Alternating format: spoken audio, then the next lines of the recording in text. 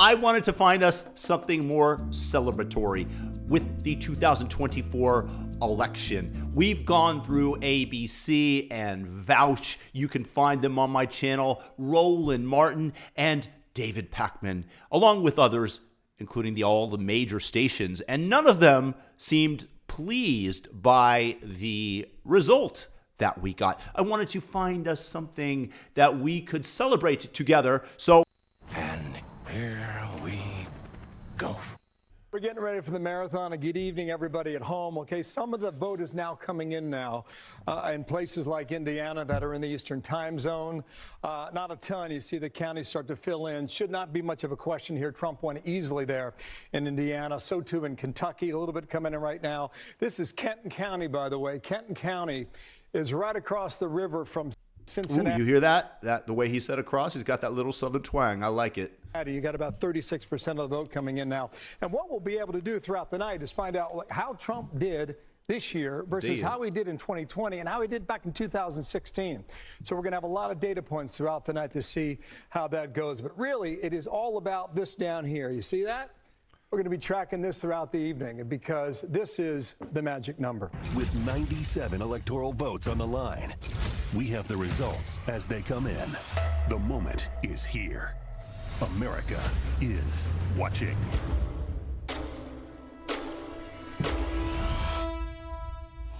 Wow, here we go. And it is 7 o'clock on the East Coast, and polls have just closed in half a dozen states. The Fox News decision desk is making its first calls. The most closely watched state at this hour is Georgia, one of 7 battleground states that could decide the presidency. That one obviously is too early to call. And we'll dig into those numbers soon. It's also too early to call Virginia, though Vice President Harris has a lead in our Fox News voter analysis, waiting for the raw vote total to dump there. Fox News can project that former President Trump will win the state of Indiana. Trump will also carry nearby Kentucky for a third time. Indiana, Kentucky. And it is too early to call the state of South Carolina. But former President Trump has the lead there, according to our Fox News voter analysis. Meanwhile, Vice President Harris will sail to victory in liberal Vermont. Boo. And as we look at the race for 270 electoral votes, that's what it takes to win. Throughout the night, we will be adding up as each state is called. Right now, you see 19 electoral votes for the former president, 3 for the vice president. And we are going to be following all of this throughout the night. And also on the bottom of the screen, you can see these races as we get the raw vote total in. Yeah, and that's going to start happening very soon. But let's turn to the Senate for a moment, because this is another big story. Control of the United States Senate. Democrats have almost no room for error. The Fox News decision desk can project that Indiana Republican Congressman Jim Banks will win his first Senate race. In Virginia, it is too early to call the race between incumbent Democratic Senator Tim Kaine and his Republican challenger, Hung Cao. We're going to be looking into Virginia. Long time. Tim Kaine could not condemn Jay Jones for stating that he wanted to kill the children, and a delegate on the other side of the aisle, the former Virginia Speaker of the House, Tim Kaine, could not bring himself to do that, nor could virtually any Democrat. Independent Senator Bernie Sanders will win a 4th term in the Senate in Vermont. And he caucuses, of course, Vermont's with the pathetic. Democrats. As we look at the balance of power in the U.S. Senate, you can see we'll be ticking up. You need 51 for the majority. The Republicans need to pick up 2 to take the majority. And they're looking at states like West Virginia and Montana. But there could be others on this board. Right now, as you see, 39 Republicans to 29 Democrats. A lot of toss-ups in that group as well. In the Senate races across the country, let's go to Bill Hemmer and get an update from the board. Hey guys, we're just seeing a little of this vote come in from Florida, so why don't we go ahead and start there? And I'm just going to punch around and see a little bit of what we're getting here. We know the turnout was big. We know Republicans, based on some of the early voting and the voting today, was pretty decent here. But 8% of the statewide vote. This is Duval County, Jacksonville. I haven't seen this yet. Just go ahead and so you got about 2/3 of the vote coming in Florida right now. Florida counts fast, by the way. The early votes, they rack it because they don't cheat. They made a system after the year 2000 with the George Bush, Al Gore hanging chads to ensure that didn't happen again. Do you think that any of the other states followed suit? No. Why? Because somebody in those states didn't want to follow a way that could preclude them from cheating. That's just the reality as I see it. And leave it in your so your right thoughts here in the in comments. Duval County, you got Kamala Harris leading by a point. I tell you what we do. Why don't we do this? It's very interesting because for one of the first times in a long time, in anybody's memory, I guess going back to FDR, the late 1800s, we've got a candidate on the ballot where you can compare the number from 4 years ago and compare the number from 8 years ago. So we're going to do this a lot throughout the night. We'll get a measure about how Trump is performing versus Hillary Clinton and versus Joe Biden. So let's go back 8 years now. Just watch his number here with 2/3 of the vote reporting in Florida. This is one county in Jacksonville. So all right, here we go. Trump was just shy of 50 against Hillary Clinton in that county. And then 4 years ago, he was a little less than that, about 2.5 shy of the midway mark in overall Duval. So he's doing right about the same number he did with Joe Biden 4 years ago. So let's look at Volusia County. Okay, you got a little more of the vote in here. Trump easily at nearly 60% of the vote. Got slightly weaker, okay, down about 2 points. And then current day today, okay, so there's more vote out there, so we'll see how it goes. But right now, Well, the one thing is that, as he stated, that they counted the mail-in ballots first, which of course are going to, for whatever reason, veer Democrats, mainly because they can go to old people's homes and sign them for them and mail them in. They basically, what is the word? They collect all those ballots, harvest them. little weaker there in that suburb just north of Indianapolis. Conversely, right, Trump's been working the rules, right? He's doing better on a percentage basis, but the raw vote doesn't help him a ton.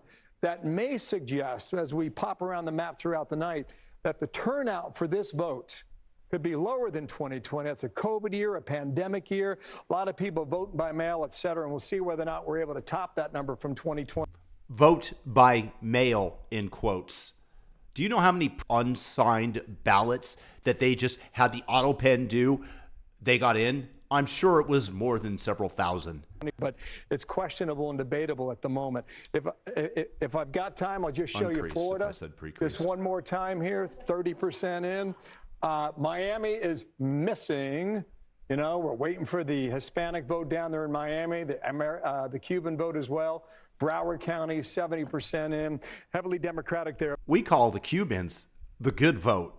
But about 60% of the vote right now going for Kamala Harris. The Trump team is saying that they're getting on the radio right now. They're getting on the cautiously radio. optimistic. They're doing radio in Pennsylvania, Wisconsin, and Michigan, all the way at the top. That means the former president telling people there's still time and finish strong. That's the message from Mar-a-Lago, right around down here in Palm Beach. As we wait for the poll closing right now.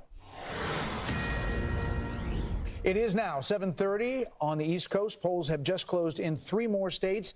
North Carolina is the next state to watch, just like Georgia. It came down to the wire in the last presidential election. It has 16 electoral college votes, and it will be a decisive one, potentially. The Fox News decision desk says it's too early to call. Also too early to call Ohio, but former President Trump has a lead in our Fox News voter analysis. As we mentioned, we're also watching the Senate race there. Bernie Moreno is the GOP candidate running against Sherrod Brown. And we can say that Fox News does project that Trump will win West Virginia. Not a very big surprise there. Obviously, the former governor, or the current governor, is running for the Senate as well. So we we'll expect that to be a quick call as well. If you look at the race for 270, the electoral college votes needed to win the presidency now ticking up with that last call, the former president at 23 and Vice President Harris at 3 throughout the night. That will go up as we make calls. The biggest story in West Virginia, as we said, is the Senate race, where longtime Senator Joe Manchin is retiring, Democrat, now independent. Fox News can project that Jim Justice will flip this seat to the Republicans. That win puts the GOP 1 seat away from an outright majority in the U.S. Senate, assuming they don't lose any seats along the way that they already hold. Yes, exactly. So the Fox News decision desk says that it is too early to call another Republican target. Ohio, where the incumbent Democratic Senator Sherrod Brown, as I mentioned, fighting for his 4th term against Republican businessman Bernie Moreno. And we're watching that one very closely as well. That could potentially be another flip. It's a toss-up race at the moment. The balance of power. looks like this in terms of what we have fed in so far into the data at this point. You've got 40 Republicans, 1 seat flipped. That's the West Virginia seat. Jim Justice will be the new senator. He was the former governor from the state of West Virginia, and Democrats have 29 right now. You can see a lot of spaces still to be filled in over on the Senate side. We are following a number of gubernatorial races around the country. Turning to those races, Fox News can project that North Carolina's Democratic Attorney General Josh Stein will defeat Republican Lieutenant Governor Mark Robinson. A lot of controversy in that race. It's not close now. We're making that call. And in West Virginia, Republican Attorney General Patrick Morrisey will succeed Jim Justice as the state's 37th governor. He has wanted that spot for a long time. He's run before, and now Patrick Morrisey will be the governor in West Virginia. Let's go over to Bill Hemmer and get a sense of how all of this stacks up That on the Florida board. story is really interesting, Bill. Yeah, it Yes. is. Why don't we start there this time? And good evening again, just past 7:30 here on the East Coast. I was looking at Miami right now. Miami-Dade, the last time as a county they had voted for a Republican president was 1988, George Bush, 41. And right now, you know, you got 71% of the statewide voting, but you got 80% of the county voting here. And Trump's got a easy 10-point advantage right now over Kamala Harris. So we'll see how that holds up here. Miami. Another thing we're going to look at right now is Georgia. And, you know, Georgia is one of these states that's gone through a bit of a realignment, kind of like North Carolina, kind of like Arizona and some others. Guys, go ahead and thumb up this video right now for the algorithm. Just do it. And if you're new, subscribe. Helps get the channel's reach a little bit higher. We've looked at, and you know, in the blue wall a little bit right now. You know, Trump did the trick 8 years ago. We'll see whether or not he can do it again this time. But I just want to take a glance at this because you got a lot of vote out there, guys. Now, we expect a lot of batches to come in quickly here in Georgia because they say they're going to count quickly, but right now 8% of the statewide vote. One thing we're talking about the rurals. This down here is Brantley County. Now, this was Trump's best performing rural county in 2020, and he's doing a number right now again. I'll just go back to I bet you none of those people that voted for Kamala got invited over for dinner. 24 years ago, and watch this. You know, the percentage there was, so he's doing a tick better. Raw vote here, 6,200 4 years ago. Raw vote now in the same county, 4,900. So maybe that comes back to that conversation about, you know, turnout and things like that throughout the rest of the country. But when you look at Georgia, I mean, let's look at the vote difference for Georgia, and we can show you a little of the realignment that we're talking about here. And if you look at this, right, all this over here, this is a dominant state for the Republican Party and had been for a long time. You think about George Bush's second term, right? He won that state by 16.5 points. It wasn't even on the map in terms of consideration, but slowly Georgia changed. And a lot of it changed for the metro area, the 26 counties that make up Atlanta. Here was Trump in 2000. And then we had that horrible, horrible woman, Fannie Willis, deciding that she was going to engage in election lawfare against DJT. That's what we've become in the state of Georgia. I hope it veers back. 2016, I give it to him, right? 5 points 8 years ago. But things seem to change in 2020 and change in a significant way when Joe Biden went in there and took the state by 0.2 percentage points, a raw vote of 11,007. I'm pretty sure that was a cheat job. A very good cheat job. Well done, Democrats. My applause for thee. 179, all right? Now, so this is where we are now. Now, just, you know, with a lot of that vote out there, Trump's got a lead of 22 points, and that's going to change throughout the night, but we just want to let you know what's happening there. Let's look at the vote difference for North Carolina. Similar story. Maybe less of an advantage for the Republicans, but this is all, you know, this is all red. You look at what Bush and Kerry did in 2004. That was easy. That wasn't a battleground at all. This is where Barack Obama performed so well, took the Tar Heel State just by so much they're okay in North Carolina, but was able to pull it off. Let's come back to 2020 right now, and I can show you what I'm seeing there. Let's go ahead and clear this, all right? Yeah. So as you can see, like these states, they change. And it's a real part of this national conversation about where people move, where people choose to live, where people choose to work, go to school, et cetera. So we'll might like tag onto that throughout the night. You know, North Carolina, you look at the counties you are following, Wake County, Raleigh. Yes. there's just such a population shift. You know, more than 1 million people have shifted down there, and it's a different crowd. So that's why maybe you have a different electorate in North Carolina that Democrats are looking to. Yeah, I look at Wake County. We can show you on the board in a second here. I look at Guilford, too. That's Greensboro. A lot of folks campaigning there. Kamala Harris was there. Donald Trump was there. You know, young. Those are the only 2 candidates for president that have any potential to win. Folks go there to go to school and to find a job as well. And we'll see about Mecklenburg, which is Charlotte. You know, Mecklenburg, Carl, that's a county that Democrats have tried to really capture. And they're able to win the county, but not by big enough of a margin to capture the entire state. So that's been somewhat elusive. Carl perked up when you said Bush-Kerry. He really felt the old days. It was a good moment, yeah. It was a good moment. But you're right, the change in it, like Mecklenburg, black turnout in Mecklenburg is below any other place I've seen in the South. Major county, you know, the 5 major counties around Atlanta, Wake. One of my favorite parts of 30 Rock was when Tracy Jordan was put under a hypnotic spell and told all blacks, don't vote. Just don't do it. Don't vote. I'm only quoting Tracy Jordan. Remember that. I ain't saying nothing. Henrico, Richmond, Chesterfield, and Virginia. It's amazing, and I don't understand exactly why, but black turnout in Mecklenburg has kept the Democrats from winning the state. Well, I just wanted, you had spoken earlier about North Carolina and. Why do the Democrats feel like they own the black people? It's like they're their slaves. The Democrat Party of today is not what I grew up with. They are now evil and a cult and celebrating the murder of a young man like Charlie Kirk. Horrible, horrible people. Why do the Democrats think that they own them? These vampires that attach themselves to the blacks by promising them handouts that in fact hamper their lives by not enabling them to achieve on their own? Hurricane Helene. Leave me your and thoughts the in the impact comments. on, I believe, 25 counties were affected by Hurricane Helene. And one of the early discussions was, you know, a lot of those counties are red. Are they going to be able to vote?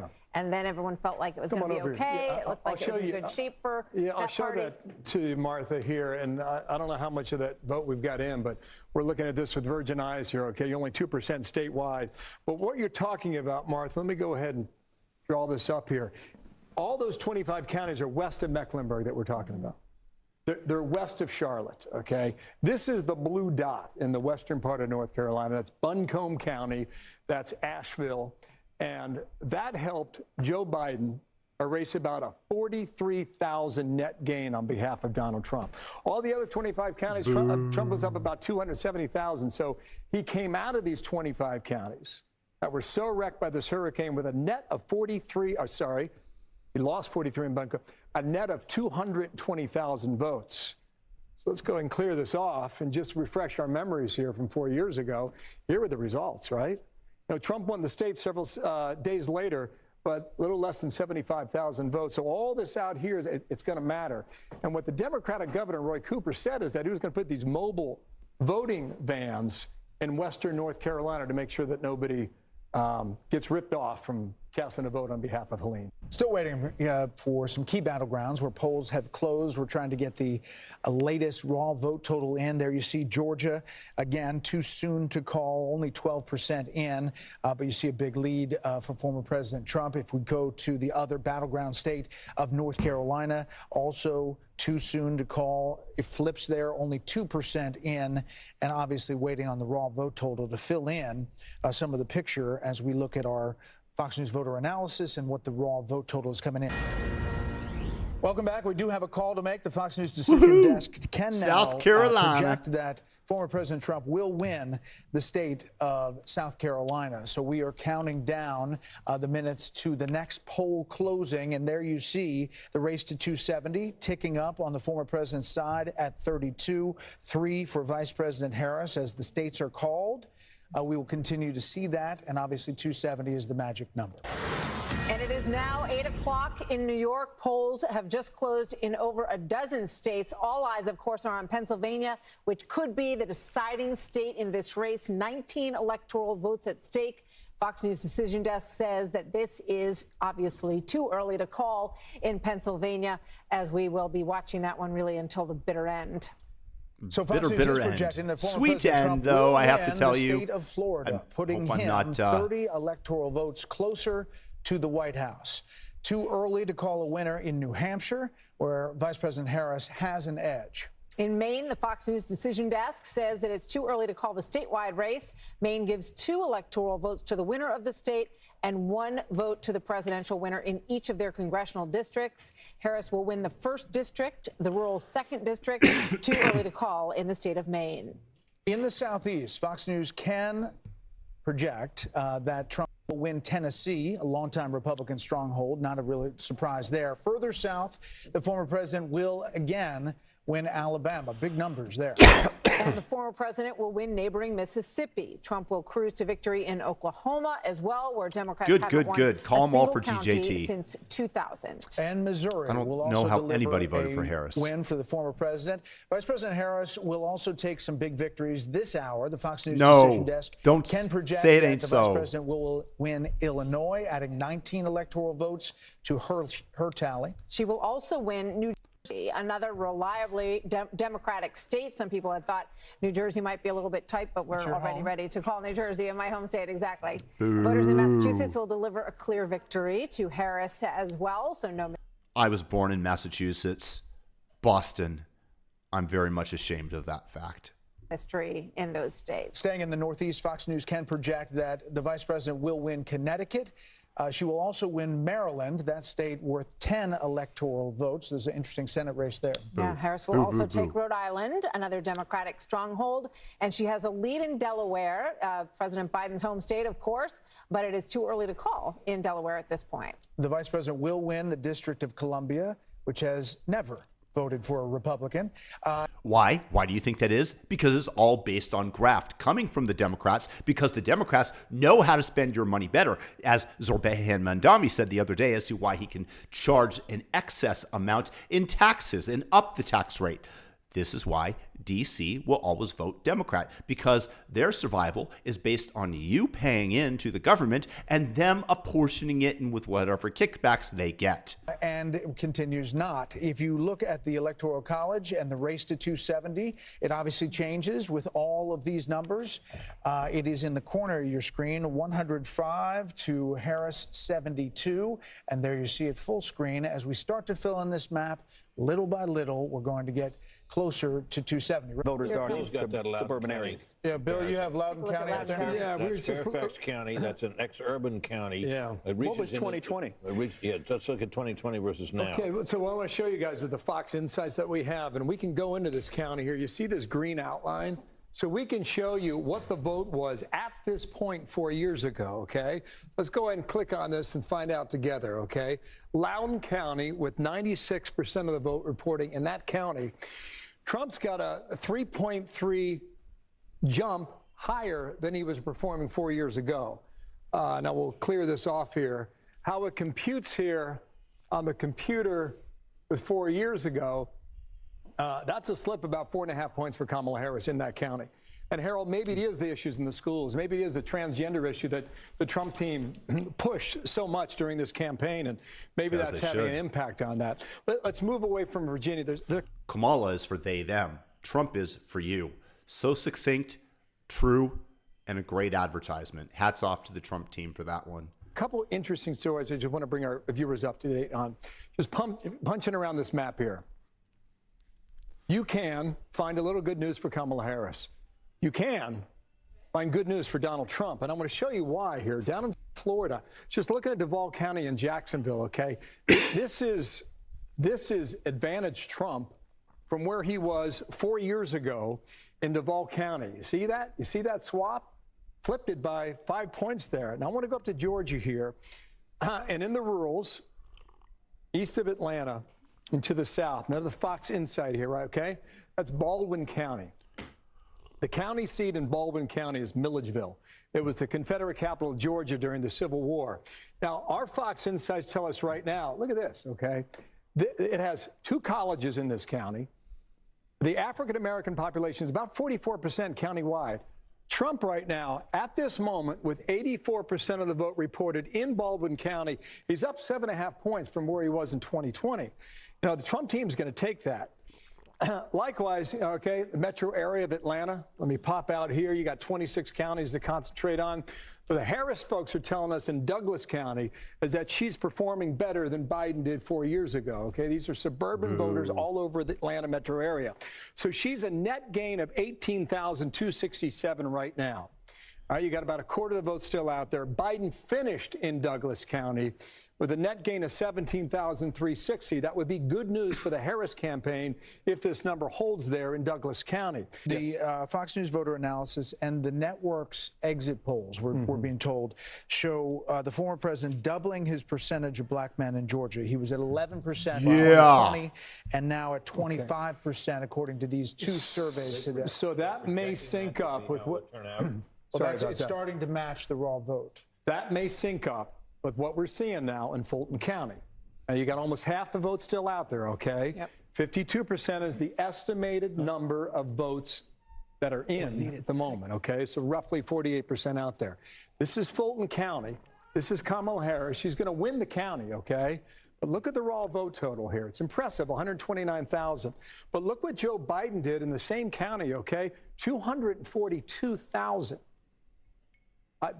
This ain't looking good for Kamala. Precincts to know where the rest of the remaining vote comes from, and maybe we take a look at that. Thumb in a up the moment video, here. guys, but if you that agree. Would be, you're one of 150. Thumb it up right now. Population. So maybe what you're saying, Brett, about the African American male vote there is true in places like Fulton County, Georgia. Just want to caution you, there's still a lot of vote out there, but we're going to keep a very close eye in Fulton County starting right now into the night here in Georgia. And Bill, do you have any indication that turnout is a bit lower than 2020, because that would affect? Of course it is. You had cheat jobs in 2020. You had uncreased, pre-signed ballots that were flooded into polling stations. Some of what you're doing in these comparisons as well. I can tell you this, Martha. Before Election Day, Brad Raffensperger, the Secretary of State, set up an awesome website. And I mean, just county by county with the early vote. I was on there every hour of every day just trying to analyze it. Well, at least you were doing your job, sir. One thing that was evident from the early vote, don't know about today just yet, but based on the early vote, the African-American population in Georgia is about 33% statewide. What the political analysts will argue is that you need, in order to win statewide as a Democrat, you need 30% of that vote. And the early vote indicated that Kamala Harris was just a tick above 26%. So that's another indicator, maybe another data point that we need to keep an eye on throughout the night as to what Brett was talking about a moment ago. Okay, we have some calls. Ooh, more calls. We begin in Pennsylvania, home to a razor-thin Senate race between incumbent Democrat Bob Casey and Republican businessman Dave McCormick. The Fox News decision desk says this is too early to make a call in Pennsylvania. Of course, those are all mail-in ballots right there. That's why there's the huge lead and the percentage gap. The same thing happened with Kamala Harris. Pennsylvania on that race. This could be a big cheer. Fox News can project that Rick Scott, the Republican senator from Florida, will win his second term. We'll pause for applause down there with Aisha. Yeah. In Maryland, it's too early to call the race between Democratic County Executive Angela Alsobrooks and former Republican Governor Larry Hogan. Alsobrooks has a lead, however, in our Fox News voter analysis as we wait for the raw vote total to come in. And too early to call Missouri's Senate race between Republican Senator Josh Hawley and Democratic Attorney Lucas Kunce. Republican Senator Marsha Blackburn, though, we can tell you, will win once again in the state of Tennessee, another reliably conservative state. Good. In Mississippi, I'll move to longtime Tennessee GOP next. Senator Roger Wicker will take home another victory. The Fox News decision desk can project that in Massachusetts, Democratic Senator Elizabeth Warren will win. I honestly don't know who would vote for that shrew. She tried to destroy the entire crypto industry in America, tried to make it such that nobody would touch it, bankrupted companies. That was what she agreed to with Biden in order to eventually drop out. She's a horrible, horrible fake Indian. Her third term. Connecticut's Democratic Senator Chris Murphy will also win a third term. I don't like that guy Not at enough all. data to project the main Senate race quite yet. And in New Jersey, current Democratic House Rep Andy Kim will win his Senate race, putting him in the upper chamber for the first time. This is the Bob Menendez seat. In Delaware, Democratic House Representative Lisa Blunt Rochester will win her first Senate race. And Rhode Island. I'm surprised Andy Kim is Asian and the Democrats allowed him on their ticket. I really genuinely am surprised. I thought they would employ diversity, equity, and inclusion and kick him off as they do Asians from Harvard. He must be exceptional. Democratic Senator Sheldon Whitehouse will return for a 4th term. And let's take a look at the balance of power and how it shapes up at this point in the evening. 8:18 on the East Coast. You have 43 Republicans securing their seat. One seat was flipped. That is West Virginia. The former governor will now be Senator Jim Justice in West Virginia. 34 Democrats have secured their seats in the Senate, and a long way to go in the upper chamber as well. We're going to make some calls. That's because the hour is upon us, 8:30 p.m. on the East Coast, and the Fox Decision Desk can now project that former President Trump will win Arkansas. The state hasn't voted for a Democratic presidential candidate since Bill Clinton. Bill Clinton's home And state. as you look at the race to 270, as it ticks up, 111 for former President Trump, 72 for Vice President Harris. Let's check in with Bill Hemmer. Listen, bounce around. We've got Virginia, you've got Texas, you've got a number of things happening. Ohio. Yeah, let's get to it, okay? So this is Georgia. I just want to set this up for a moment here. She's performing slightly better than Biden in Douglas County. There's all the metro counties of Georgia. Slightly better in Cobb County. I still see a little of a sticky move here in Fulton County, okay? And maybe that becomes significant because of how many people live there. The problem here is that you've got DeKalb County, nothing reporting because the polls were suspended from that threat. So this is the first number I've seen from Gwinnett, all right? You're 16% in. She got about 60% of the votes, so a lot of the vote still remains out there. Let's move away from Georgia as requested. This is kind of interesting, guys. I mean, a lot of you folks live in the Washington, D.C. area. And right now, this is, 40% of the vote in Virginia, the Commonwealth here. Donald Trump's got an edge here, okay? That's 8,000 raw votes. That's 0.4 percentage points. Here's the catch, however. A lot of this map's starting to fill in. This right here across from Washington, D.C. is Fairfax County, all right? Fairfax County is number 1 out of 133 counties in Virginia based on population. At the moment, you still have at least half of the vote still outstanding. And you see, Kamala Harris was 67%. You would expect that in Fairfax. I'm just making the argument there's a lot of votes still out there. I would never expect a single person to vote for Kamala, the most unqualified presidential candidate ever. I'm not sure she would be qualified as a dog catcher. See what's happening in Pennsylvania because this is critical too. All right, so there's a ton of vote out there, by the way. I mean, there's no conclusions at the Keystone State. You're at 11%. I would keep an eye on Pittsburgh. I'd keep an eye on Philadelphia. In fact, if we can, do we have a moment here? Why don't we go ahead and do the vote? Let's go ahead and do that, right? Let's do the vote margin for Pennsylvania, and let's see what's happening here. What we've done for you is we've tried to set up the state in a way where the more prominent counties are more extended than the others. So you see Philadelphia in the east and Pittsburgh and Allegheny County in the west. And the darker the blue, the more Democratic the vote is. The darker the red, the more Republican the vote is. If you see shades of blue, that means the margin in that county is 10% or less. If you see a shade of red, like a rosé, it's happy hour somewhere. If you see a shade of rosé, that's 10% or less too. So those are counties that we want to watch. Let's look at the vote margin now for Georgia. This is interesting, right? So we just went over there on the board and we showed you the metro counties throughout Atlanta. Let's find out where the outstanding vote for Georgia is at the moment. So what we want to do here, the deeper the purple, the more outstanding votes. So you can go to the more populated counties, perhaps like DeKalb County. You can look at DeKalb on the map, 0% in the upper right-hand corner. Can't know anything from DeKalb. What about Fulton? Fulton. You see, Fulton, 70% of that vote is now in. So that's certainly one to watch. What about Gwinnett? All right, still at 16%. Kevin, go ahead and arm up. We'll look at Cobb County, just to the northwest of Atlanta there. This is Newt Gingrich's old district, heavily Republican for decades, and around 2016, it flipped toward the Democrats, and right now, a little more than 50% of the vote in. So, Kevin, come on back down here a moment. One county I haven't checked in on, when you look at the African-American turnout, look at Chatham. Chatham is where Savannah is, down there along the coast. You only have 5% of the vote reporting. Chatham was one of these counties in 2020 that took forever to get the vote in.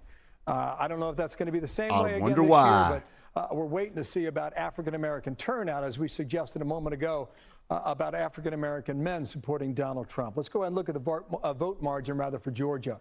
The vote margin for Georgia right now, let's go statewide. So we move away from Chatham. We go statewide in Georgia. So Chatham's still at 5%. And for statewide, you're at 44%. So a lot of vote out in the Peach State. Go ahead and clear this, and we'll get back to this in a moment in Georgia and elsewhere. So, Brett, Martha, I think back to you on that. that's really interesting about what's coming in. I think that these states, as these numbers come in, Democrats have high hopes about some got places high like hopes. Texas, They're about gonna get something like dashed. Ohio, where they look at the Ann Seltzer poll from Des Moines and say, is this indicative of the Midwest? But we're not seeing that in our Fox News voter analysis match. Yeah, go ahead. Okay, here, guys, Cuyahoga to check this. Heavily Democratic, 3-1 Democratic votes in Cleveland, Ohio. Cuyahoga, just about a third of the vote right now is in, and Kamala Harris, 71%, and Biden was at 66. So that'd be a good number for Kamala Harris if indeed that holds up. And I think that kind of tells us a little bit about why this number is closer than it's been the last two times around. It is 9 o'clock in New York. Another 15 states have just finished voting. This is the heat of the matter here. The Fox News decision desk says it's too early to call Michigan one of the two battlegrounds in the Rust Belt. Come on, Finished Michigan. That blue wall that we hear about all the time. The other is Wisconsin, where Vice President Harris and former President Trump appear to be locked in a very tight race. And again, this is too early, not too close, but too early to call many of these races. Arizona also too early to call as the polls are closing there. Fox News can project that former President Trump will win Texas. That locks 40 more Good. votes into his column. Former president also has a lead in Iowa. There's no call at the top of the hour here. Remember that Iowa poll had people scrambling there at the Des Moines Register saying it was Harris lead by 3. Yeah, the same day Emerson had him up by 10, but that got a lot of people's attention because Ann Seltzer is such a well-known and usually correct pollster. So we'll see. Usually correct. What happened was the Democrats paid her off. She got a big old check to create fake enthusiasm, to muster it so that, oh my goodness, Harris was going to win Iowa. She's going to win a whole bunch of other things, too.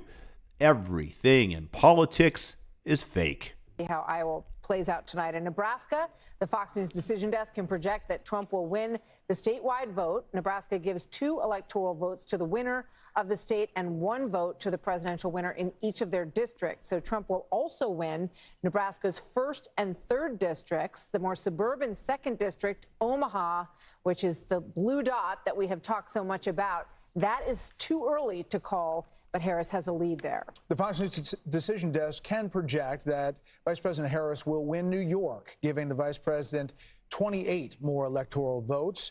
She also has a lead in Minnesota. Too early to call the state of Minnesota, which closed in recent days, according to the polling. Obviously, the vice presidential candidate, Tim Walz, from Minnesota, and now Fox News can project a Harris victory in Colorado as well. She gets 10 more electoral college votes there. New Mexico, too early to call, but Harris has a lead, according to our Fox News voter analysis in New Mexico. Former President Trump will win Louisiana, which has voted for a Republican in every election this century. Pretty sure we were going to get that one. Trump also wins Kansas, adding another 6 electoral votes to his tally. The former president will win North Dakota, a longtime conservative state as well. He will also take South Dakota, which often mirrors the vote of its neighbor to the north. And Fox News can project that the former president will win Wyoming, with 3 electoral votes. So there you see the tally on your screen, 178 electoral votes to 113. That map of the U.S. is slowly filling in, and we will continue to bring that to you throughout the night as we make more calls. So moving to the Senate and back to the Rust Belt as well. The Fox News decision desk say it is too early to call this race, which we've been watching between incumbent Democratic Senator Tammy Baldwin, who is in a close race now with Republican banker and entrepreneur Eric Hovde. Michigan Senate race also too got early robbed. to call. Former GOP Congressman Mike Rogers competing against current Democratic House Representative Alyssa Slotkin. In Arizona, Democratic House Representative Ruben Gallego has a lead on Republican candidate Carrie Lake. Also too early to call out there. Let's go to Nebraska, and there are 2 Senate races on the ballot today, and the race between incumbent Deb Fischer and independent Dan Osborne is close to call, and too early to call, I should say, according to our decision desk. Fox News can project that Republican Pete Ricketts will continue to serve as a Nebraska senator. In Texas, two-term Senator Ted Cruz is locked in a close race against current Democratic Congressman Colin Allred. Too early to call that race, according to the decision desk, but they can project that Minnesota's Democratic Senator Amy Klobuchar will sail to a 4th term. New York Democratic Senator Kristen Gillibrand will win another term in the Empire State, and Democrats will hold their seat in New Mexico, where Senator Martin Heinrich defeats Republican Nella Domenici. Daughter of the late Senator Domenici. Yes. North Dakota's GOP Senator Kevin Cramer will easily win a 2nd term. And in Wyoming, Senator John Barrasso will also win re-election as he serves as the chair of the Senate Republican Conference. So let's take a look at how the Senate is stacking up at this hour, 9:04 on the East Coast. And we have 46 Republicans. The one flip, which we have mentioned, is West Virginia, waiting for other states that are on the bubble and close and early at this point in the night. 37 Democrats are hanging on to their seats in the United States Senate. I think this is like where everything starts to gel. Exactly. And we start to get more of the hard numbers. Let's go to Bill at the Bill board. Yeah. Harold, I'm sorry, Texas went to the Republicans. No. Yeah, I just think it the did. numbers. I'm only looking at some of the popular vote numbers and how the candidates performing with minority voters I in know what urban you're and looking at. suburban areas. I'm just joking with you. Bill, what do Go you got? blue. Go blue. Okay, so a couple Don't things joke with here. me. I'm a Democrat. I don't got a sense of humor. Michigan. We'll be at Ohio in a moment here, Harold. Hang on one second there, Bob. I want to come up to North Carolina. I'll show you a county. Okay, this is rural, and it's also African American. 47% African Americans. It's a small county here. It's called Anson, all right? Trump's winning, okay? What's that mean? Yeah. Okay, this is Biden 4 Okay. years ago by 4 points, okay? So Trump right now flipping that county. Is there a minority vote out there that is helping to buoy his campaign? That's Yeah, it's something we gotta called consider. Latinos, Another thing I Latino wanna point out, men. just while I got you here, okay, guys? This is the part of the state that was racked by that hurricane, all right? This is Trump territory, all right? 61%, 68%, 81%. But come in here for a little bit. This is Buncombe, all right? This is Asheville. You expect this to go blue. Indeed, it has right now, about 2/3 of the vote. No, sorry, 60% of the vote in. She's got 2/3 of the vote right now. But these counties here, you just wonder if there's an effect here, all right? Because 53, this is Transylvania. I was checking this out a short time Transylvania? ago. This is Rutherford, 72, but a lot of that vote's still out there. Why am I showing you this? Because your comparison for percentage is that you expect Trump to do well out here, 72. You were making the observation earlier about the Iowa poll from over the weekend, and do folks in Ohio vote like the folks in Iowa? If Ann Seltzer's poll, the Des Moines Register, had Kamala Harris win in Iowa by 3 points, a lot of people dismissed that. And if you're going to draw that comparison with Ohio, I think right now you can say that maybe Iowa's not going to go that way, but we'll see throughout the course of the night there. I think we should get a cut from the Des Moines Register. We've mentioned her like 5 times this evening. I don't In shame. Maybe that was the idea. A little something for the mention. Yeah, just because I popped it up, guys. I looked at it the first time here. Yeah, you're right about that, right? A little something on the side, a little backsheesh, right, Brett? Okay, so this is Michigan. It's the first time I've looked at it, all right? You got 10% in, all right? Look at this. Yeah. Robert Kennedy going to make a difference in Michigan? He is on the ballot. They tried to get him off the ballot. The court said, no, you got to be on the ballot. He's drawing 2,455 raw votes. Okay, now, if Michigan is that. This is how pathetic the Democrats are. They will sue to keep you on the ballot, sue to keep you off the ballot. Doesn't matter. It only counts if it benefits them. They are a cult. They don't play fair.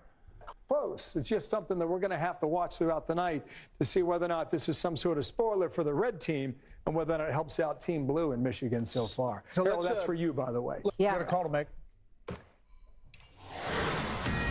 Fox News can now project that Donald Trump will win the state of Ohio 54.2% to 45%. So obviously that was what was anticipated in the early polling. He was ahead by about 8 points. This is a 9-point stretch, so a little bit higher than the most recent polling was showing in the state of Ohio, but a solid win for him in what used to be a swing state, but hasn't been for quite some time. And obviously there's 54% of the vote in, but as you look at the Electoral College, 195 to 113.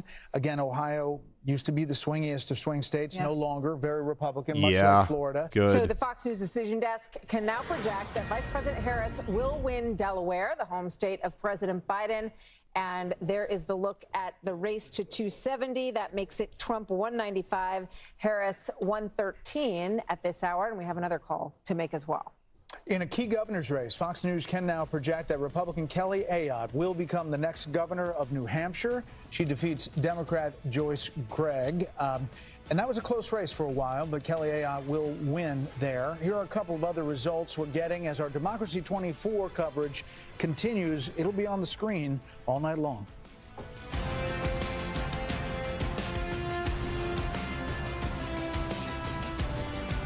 Going through some calls right now. That's what I promised y'all. Fox News decision desk can now project that Texas Senator Ted Cruz Oh, thank God. will have Thank God, right? a third term, and he has Don't have some defeated woke person Democratic from Congressman, Texas former representing. NFL player Colin Allred. There was some movement in this race. It tightened a little bit, and there was some discussion that maybe Ted Cruz might lose his seat, but he has handily. Do you know how much? By how Ann much Seltzer. money they poured into that race? Yeah. Democrats poured a ton of money into that race. Colin Allred was a good candidate. Absolutely, good debater. Minus being in Texas, I mean, he was really a really good Democratic candidate. As you look at the balance of power, 47 to 37. Again, West Virginia has already flipped, majority at 51.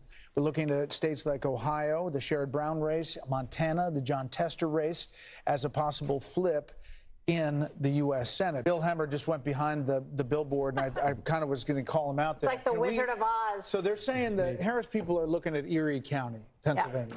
Yeah, I was looking at it too. One thing to keep in mind here as we look at this data here is you got to remember how they count the votes, right? You know, Hopefully not by At Democrats. 7 a.m. this morning. All that's mail-in stuff too, and that's the vote that's put out first. And so I want to do something funky and fancy here, guys. So just bear with me, because I'm going to try and find Pennsylvania in 2020. Okay. This is important. It's important for us to understand. It's important for our analysts to know, understand. It's important for the audience to understand at home. This is 4 years ago in Pennsylvania, okay? This is just a 24-hour span from November 3rd into November 4th, from 8 p.m. to 8 p.m. the following day. And the vote count that came in here, right, it's heavily blue, well over 70%. And then around 11 p.m., you get across to the line, and that's where the Republican vote started coming in for Trump. Then you went well past midnight, and Trump maintained his margin for almost the entire day on Wednesday. And then if you went further off this map, you see where eventually the bars there cross the other way for Joe Biden, okay? So with that in mind, okay, we're going to show you Pennsylvania, and we'll try and digest all this together now. I haven't looked here in some time. You only have a quarter of the vote in now, okay? So at least 75% is still out. And you see a lot of blue in the areas where Kamala Harris needs to do well, namely Pittsburgh, Allegheny County, and namely Philadelphia and what they call the collar counties around Philadelphia. But the argument for this hour is that there's a strong Democratic vote in that batch that's now been counted, okay? There's two counties in Pennsylvania that you watch because they are bellwethers and they are flippers too, okay? One is Erie along the border here with New Jersey. One is Erie up there in Lake Erie. This is Northampton here in the east, okay?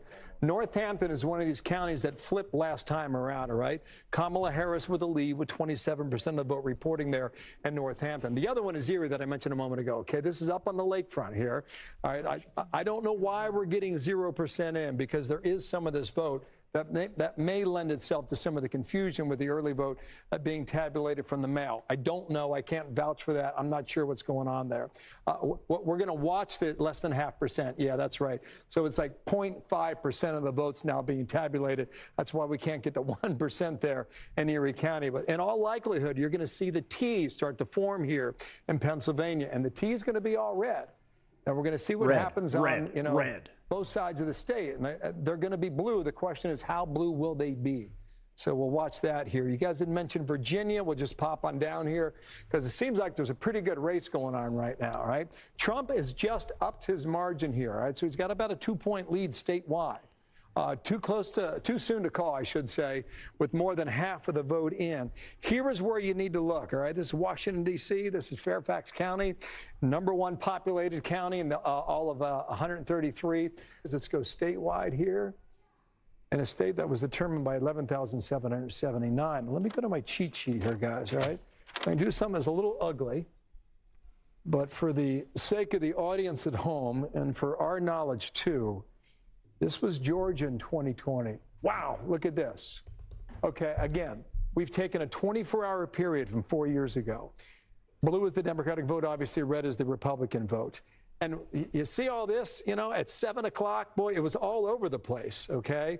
And then in the 8 o'clock hour, Trump easily took a lead there. And then the margins started to close overnight around 3 a.m. The lines moved and they moved and they moved for several days until finally we reached that margin of 12,000 votes separating Biden from Trump in the Peach State. So but the difference would be that was the COVID election, and that was a lot of mail-in vote, and that was not the lot of fakeroos. Early vote for Republicans, right? Yeah, I would argue you're right about that in Georgia. I think the important thing to keep in mind is how states report it. Yeah. And Pennsylvania is a really good example here where you're going to get a heavy blue, some would argue mirage in the beginning, and we'll see whether or not that mirage is real throughout the night, and maybe even into tomorrow. Bill? Yes. Broadly speaking, there'll be some exceptions to this. What a deep voice this guy has. Does it appear to you that she is underperforming Biden nearly everywhere? It's a great question, Britt. This is just anecdotal. I answered the best way I can. Brit Hume. I've been poking around all over this map. I can find some good news for her by a point here, a point there. I can find a lot of good news for him, a point here and a point there. But it seems where the areas where she is gaining the most is where the votes are. And the areas where he's gaining the most is keep it the suspenseful, targeted, and that's the rural area. Whether or not you can extrapolate that over a place like Hall County, 72%, right? Banks County, 89%. Now, the problem for him is that that's 94 out of 159. But I can move along the northern border of Georgia. And, it's just, it's dominating, 81. How does it compare to 2020? I'll show you that next here. Look at that. I mean, that's 86. Now, 2020, in the same counties, I'll go in reverse, all right? 84, still impressive. We're going to make a quick call, and we'll come back to the board and the panel. The Fox News decision desk can now project that Vice President Harris will win the state of New Hampshire. Former President Trump came closer than many expected there, but the vice president did well in cities and suburban areas. There was a time that New Hampshire they thought was closing. Actually, and we saw that Kelly Ayotte wins in the governor's race there, but now we're calling that for Vice President Harris. She's the former senator for New Hampshire, popular in the state, but not enough to really turn New Hampshire red in this situation. So the Maryland Senate race we have for you next. The Democrat Angela Brooks will defeat former Republican Governor Larry Hogan. He never really was able to move past her. It was obviously a difficult race for the former governor as he tried to become a senator. I'm going to make a prediction, go out on a little bit of a limb here. I am growing more and more confident as I sit here and listen to everybody, and I am talking to people that know their states as well as anybody. I think the finest numbers people, finest sources. I don't think it will be very long until you call North Carolina for Donald Trump. I think Georgia will immediately follow thereafter. Then we would be at a point. I also believe Arizona is baked in. Immigration was a big issue out there. That now means that would bring us to a point in this race. If I am right, if I'm wrong, everybody call me out. Hannity was wrong. We'll have T-shirts. I'll sell. I have to say, pretty good predictions. I'm on DonaldTrump.com. Okay. But if that's true, that means she would have to sweep the blue wall. Yep. And based on the information that we have and the early voting success of the Republicans in both Wisconsin and Pennsylvania, I don't think she can do it. 9:43 on the East Coast. Good Let's take you predictions, through Sean. some of these key states, because nothing that has happened so far is shocking at this point. Most of it. We're watching Virginia and we're waiting for North Carolina. But some of this has laid out in a way that is not unpredictable. But let's look at Pennsylvania for a moment here and see how Pennsylvania is shaping up at this hour. And you see you've got a 47 to 52 percentage, and I'm trying to see the percentage that is in right now in Pennsylvania. 32%, thank you. So we're waiting for a lot more vote to come in Pennsylvania, and what we're hearing is it's not surprising. The order that the vote has been coming in Pennsylvania is not surprising to the red team, at least at this point. There's Wisconsin, 47.9 to 50%, and Wisconsin has 23% of the vote in. Also expected to be a tight race. They have both spent a ton of time there. Here's Michigan, which we haven't really talked too much about yet. We're going to look, we'll get Bill to show us on the board what Michigan looks like. 14%, a lot of votes still to come in Michigan. Obviously, this is too close to call, and that is 45 to 42. You know, there's some Democrats saying North Carolina is on the edge. I don't think they're fully agreeing with Sean. And they still may make T-shirts. But Democrats will never agree with Sean. Well, I'm not only saying North Carolina, I am saying North Carolina and Georgia will go Donald Trump tonight. And I am as confident in that prediction as any I've ever made. Wow. Okay. Wow. Bill Hemmer tracking that. Are we backing that up on the wall? You know, I tell you what, just, Sean, if in the end you're right about that here in North Carolina, I showed you this county last hour, right? This is Anson County, up to 47% African-American population. You know, sometimes in these elections where you see an outcome, you're like, that hasn't happened in 100 years. Well, something just happened for the first time since 1876 in North Carolina, and a Republican won this county for the second time since the 1870s. So I just like something to stick in the back of your head and think about, well, that was a data point along the way. You guys mentioned the blue wall. Let's go ahead. We're moving toward the central time zone. We're talking about Wisconsin, Michigan, and Pennsylvania. I can show you a lot of stuff right now, okay? But this is anecdotal stuff. It's just the data points that I'm seeing on the map, okay? When you go to Wisconsin, all right, you have to look at Dane County, it's the University of Wisconsin. In the midterms, they had more than 85% voter turnout in one county, okay? You're going to get a ton they voted Democrat, of Democratic votes out of here, okay? You're just about halfway into it right now. I voted Democrat in college. I'm ashamed of myself, although I think I voted for Bill Clinton the second time that he was running. That was good. And you see the margins, but I was poking through this and looking at Milwaukee. Now, there's a lot of votes out there, okay? You only got 25% coming in right now. Kamala Harris has almost 66%. So this is where Joe Biden finished. Same county, same city 4 years ago. He was almost at 70%. Right now, she is underperforming in Milwaukee. So you have to ask yourself, you know, that little pattern you saw back there in that rural county in North Carolina, is it repeating itself in some of these bigger cities? Yes, it is. Is Detroit, you know, right now Detroit, Wayne County is red. We don't expect it to stay that way, but that's one of the things you look at as well. And this is Washtenaw County. That's Ann Arbor, University of Michigan. You expect to get a good number here. That's another county to watch as well. And then let's flip over here and just complete the blue wall, because this is where we are right now in Pennsylvania. Remember, we showed you how the mail vote, heavily Democratic, is put out first. And we still think we're probably seeing a lot of that right now in this composition. But let's go ahead and look now. Let's look at the vote difference in Pennsylvania. And what we've done here is we've gone back to the year 2000, okay? So you have 6 presidential races to look at. For so long, this was not a battleground. It was heavily Democratic. When you think about what Barack Obama did in 2008, look at that. I mean, that's 10 points. It's off the map.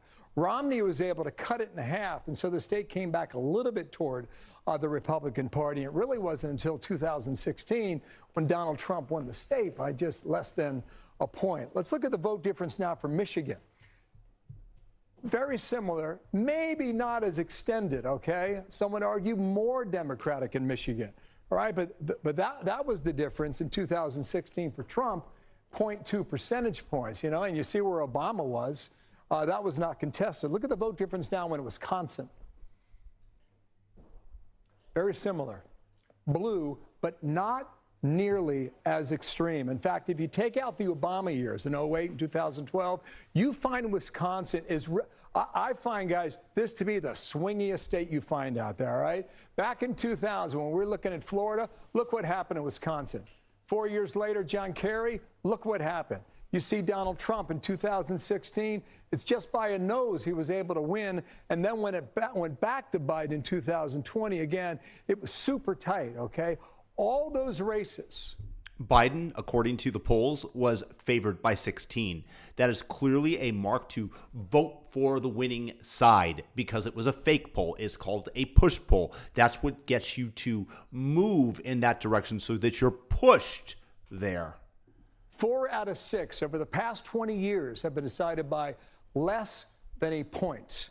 And it might well be the case again tonight in the land of cheeseheads. Let's go ahead and clear this right now, okay? Bill, can we go to Wisconsin? Yeah, we sure can. Because, go ahead. If you want to see how this is shaping up, I mentioned Dane a moment ago, and I also mentioned Milwaukee. Sean Duffy, one of our colleagues, former congressman for the state of Wisconsin, when he ran for Congress, all this area here was blue, okay? And when he went to Washington, it all flipped, it all became red, and it stayed that way. It's been a source of political strength and power for Donald Trump, and we'll see whether or not that remains the case right now. All right? So you know, we're just about the 30% mark in Wisconsin, and Kamala Harris has a slight lead there by about 3 points. This is where it ended, as I showed you out there on the map, right? 20,682 raw votes 4 years ago. So if I were to come to 2024, what am I looking at? I'm looking at Dane. How about Sauk and Kenosha? Yeah, Sauk is right here. Sauk is pretty interesting here because, you know, you start to see a little more population growth, and Trump has a lead here. And again, this is Kennedy. He popped up in Michigan. He's going to pop up in Wisconsin all night long. Trump has a lead here. Let's just go ahead and see. You got half of the vote in here in Wisconsin. This is where it finished.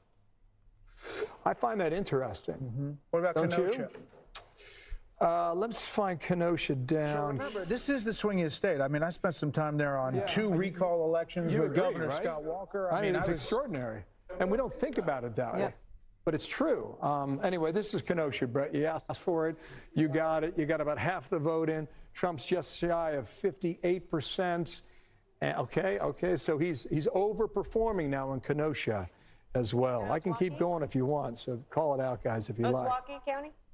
Sorry? Milwaukee, is that what it's called? Just north of? Yeah, so the WOW counties here, they have been solid Republican forever, you know, but not during the Trump years. They got softer and softer, and they are, Wasaki here, just west of Milwaukee, is one of them. Sorry, Waukesha, excuse me. Waukesha, and then you get into great name. Washington, and then you get into, over in the lake is Ozaki here. So let's see what we're doing right now. Trump at 53.5. All right, comparison point, 2020. Okay, so a little bit under right now in that it's suburban county north of Milwaukee. All right. Going very quickly, it is now 10 p.m. here in New York. 3 more states in the West have just finished voting. Fox News Decision Desk, too early to call. The state of Nevada, one of the most competitive states in play. Hispanic and working class voters obviously could be key to the victory there. Both of these candidates have spent a lot of time in Nevada. Fox News can project that former President Trump will win the state of Utah, adding another 6 votes, electoral votes to his column. He'll also win Montana's presidential election. We're looking closely at that Senate race out there. Ad lib. Oh. Good. Yes, you will. I just did that. All right, so let's take a look at some of the places that are too early to call, and let's get you an update on the total count. President Trump at 205 right now, 117 for Harris, and waiting on Georgia, waiting on North Carolina, waiting on Pennsylvania, waiting on Michigan. And, you know, just keep in mind that in all these places, there's a lot of city vote, a lot of high population concentrated vote that has not come in yet. The question is whether or not that vote, when it does come in, will be enough to outbalance what we have seen in the early part of this vote here. Montana, as we mentioned, also home to this pivotal Senate race. Longtime rural Democratic Senator John Tester in the political fight of his life this time. He survived it before, but this time Republican former Navy SEAL Tim Sheehy putting up a real fight and may win. The Fox News decision desk says it's too early to call versus there. the Navy SEAL. Nevada also home, too early to call, to this Senate race between incumbent Democratic Senator Jackie Rosen and Republican Army veteran. I voted in Nevada, and I am no fan of Rosen. I voted for Brown.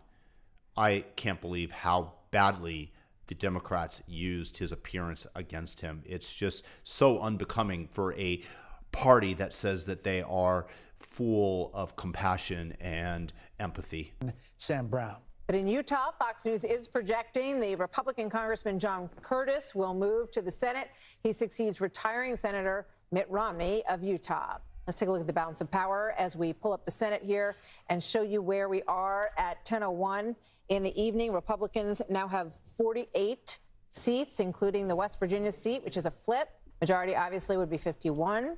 38 seats on the Democratic side as we wait for a number of very consequential Senate races to come in here this evening. Let's just talk to Bill Hemmer because he's at the wall. Yeah, I can do that for you. Don't mind me.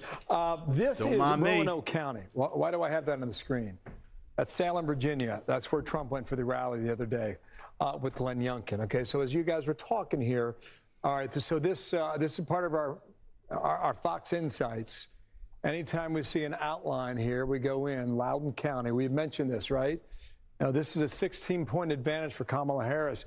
You've almost got all the estimated vote in right now, and Trump's doing 3.4 points better now with 98% of the vote reporting than he did in 2020. So that's pretty interesting. The other thing I would point out while I'm here is Fairfax County. All right, so you're almost at 2/3 of the vote in. This is where all the people are, right? You know, number one out of 133. Biden was an easy winner at 70% of the vote. So right now, across from Washington, D.C., she's underperforming in the most populated county in the entire state.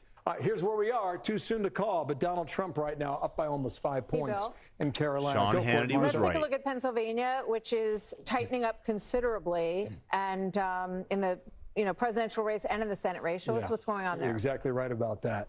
No more huge Okay, lead. so there's about half of the vote being counted. You remember that chart I showed you a moment ago? The chart I showed you a moment ago?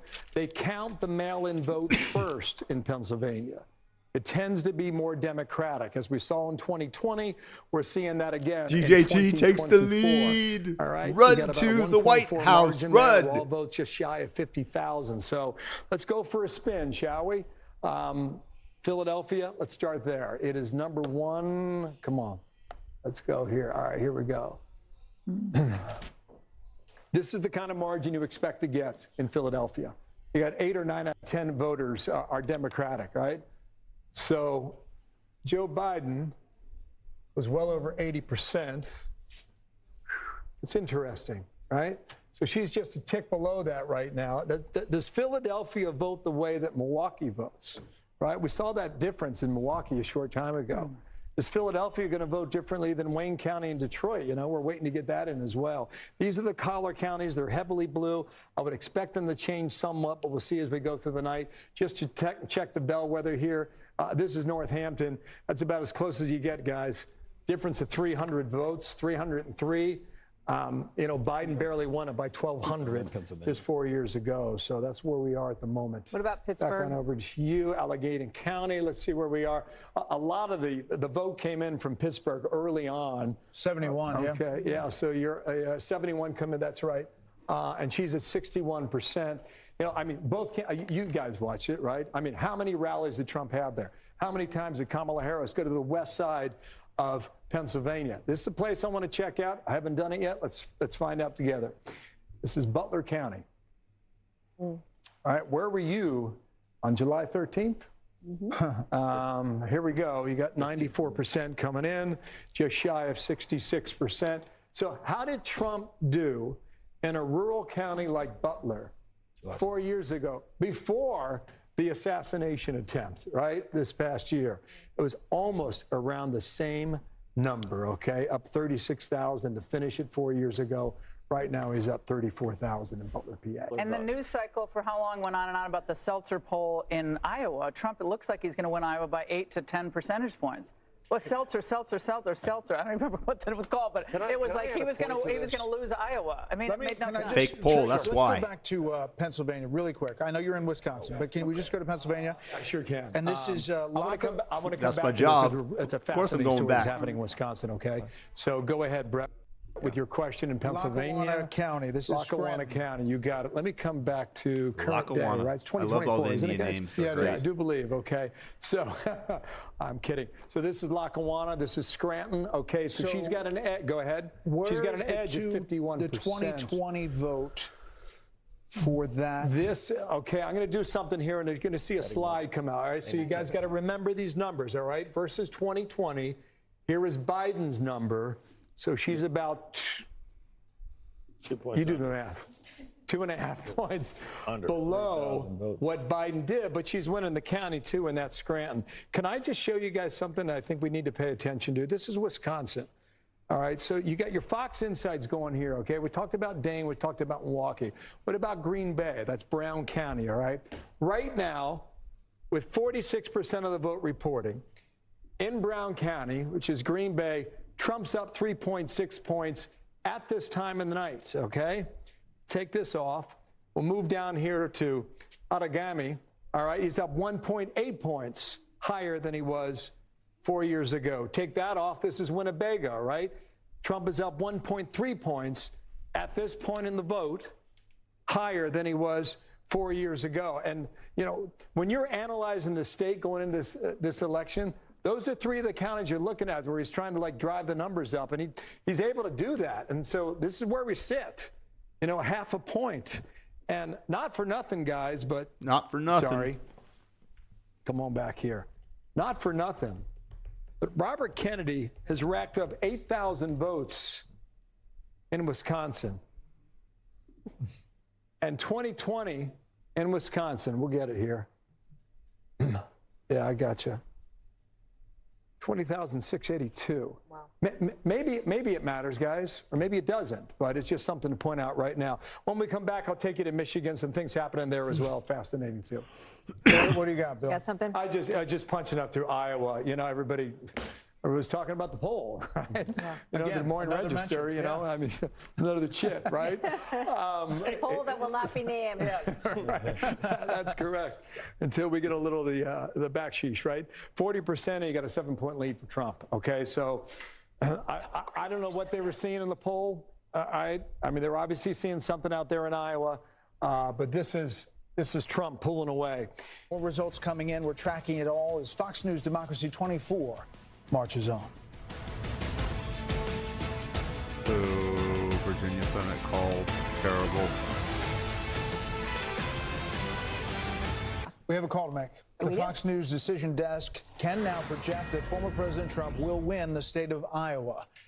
Trump is performing well in rural areas, which helped deliver victories to former President Trump in 2016 and 2020. This obviously comes in the wake of a lot of focus on a poll that shall not be named. No, let's do it. The Seltzer poll, and you should name her over and over and rake her over the coals because it was a push poll that she got paid for, so she might as well live in infamy for it. Oh, name it? The Des Moines Register poll. I think we've talked about it 7 times. Yeah. Let's head back to Bill real quick. Bill, can we dip into Virginia, the Commonwealth? Coast here, and let you know what we're seeing here in North Carolina. Then I'll hit Virginia, then I'll hit Pennsylvania, all right? Trump up 2.5 in North Carolina. Why can't we call it? I was looking at Mecklenburg County with Charlotte. Okay, so they've had a lot of votes come in since the last time I checked. There was a lot of outstanding votes. You have to ask yourself, where are the votes, right? If they're in the most populated places, you can't make a call. But now you're getting a lot more from Charlotte. This is Wake County, Raleigh. It's #1. Still about 20% of the vote out there, okay? Comfortable lead for Harris. We expected that, but let me just check 2020 and go ahead and use the slide again. Okay, so she's performing 0.5 point better than Joe Biden finished. from 4 years ago. So we're keeping track of that. Got to get one of Is those. that true, Bill? Yeah. Pretty much, yeah. Because it gets her to 270 with the 3. Yeah, with the 3 plus Nebraska 2. I think it's too early to start filling this thing in here. I want to start just yet, but I don't know. We're kind of warming up the fryer or whatever you say when you get But just show how it happens. Just show the 3. Yeah, for her, it would be Nebraska 2. Well, we got to go a long way, so just it's going to take me a while to get there. Okay, so she would have to win all the usual states here. It's just too many to fill in, right? Oh, gotcha. Boom, boom, boom, boom, boom. Yeah, that's good. Oh my gosh, what am I missing? Holy cow! Okay, Maine, Nebraska 2. Hawaii. Oh yeah. Okay, so that's why I don't like that total. because we got to go a ways. But Thumb up the maybe video like if you another agree. half hour, an hour or so. We'll fill in Leave me a few comment more. with your If you thoughts. got time, I'll take you to Arizona, unless you got something else to do.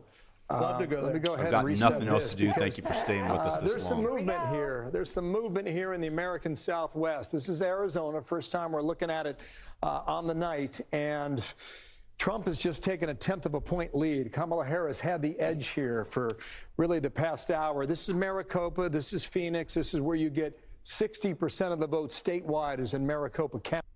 She has an edge at 2.2 percentage points. Raw vote 563,000. I'm going to bring out the slide again, okay, and go back to 2020. And this is Joe Biden in Arizona. So she's up about half a point, not quite. You guys mentioned Iowa, the state that shall not be named, or the poll that shall not be named. This is nuts. 14.5 points. Wow. Yeah, that's not even Good poll. Having a good night. Guys, there's a ton of votes still out there, too. This thing could go higher. Anyway, back to you guys. It's a little outside the margin of error. Okay. The desk can project that in Maine, Vice President Harris will win the statewide vote. Trump will win an electoral vote in the rural 2nd district in the state of Maine. Fox News can also project that Maine Senator Angus King will win his race. He's an independent who caucuses with the Democrats. So as we look now, the Senate is ticking up. We're going to look at some interesting races in Ohio and Montana coming up. There we go. It is now 11 p.m. in New York, and 4 West Coast states have just finished voting. The Fox Gee, News let me guess decision which desk ones can these nutters went for. project that Vice President Harris will win California, the Golden State, 54 electoral votes, biggest prize, more than any other state in the country.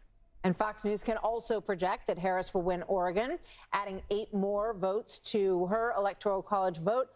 Harris will also win Washington, another reliably Democratic northwestern state. But the former president will win Idaho's 4 electoral votes. So as we see the race to 270, it's now 216 to 193.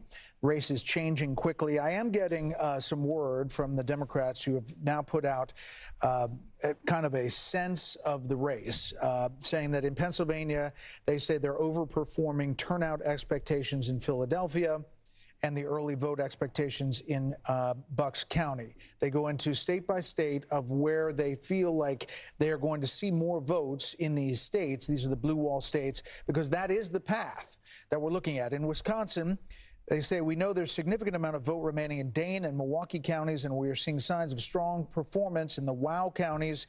We just have partial data. We don't expect complete results from Wisconsin until tomorrow morning between 3 a.m. and 5 a.m. We shall see.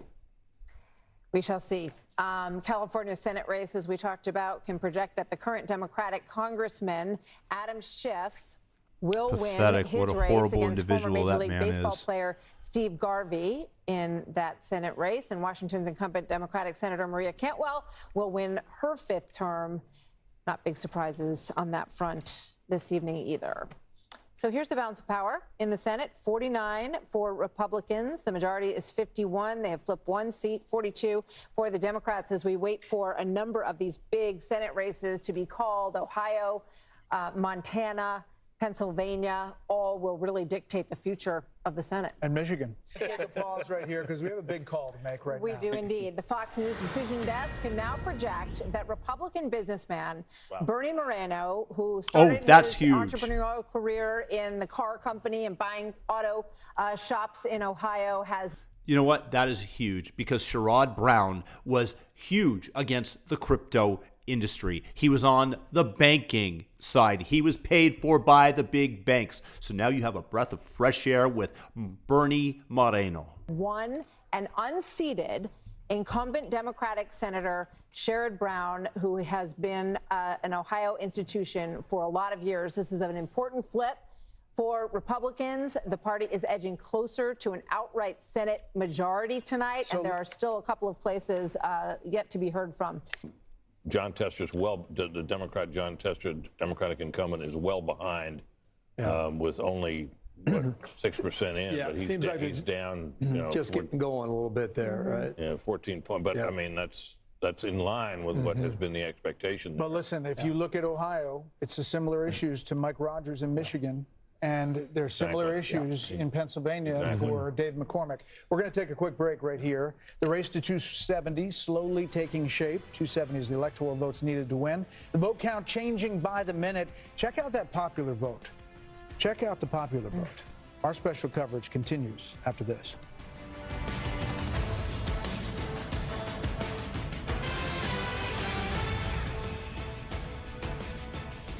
Welcome back to our coverage of a big election night, and things are shifting by the moment. We are too early to call right now. The decision desk says in Georgia, North Carolina, Pennsylvania, and Wisconsin, as you look at these on the screen there.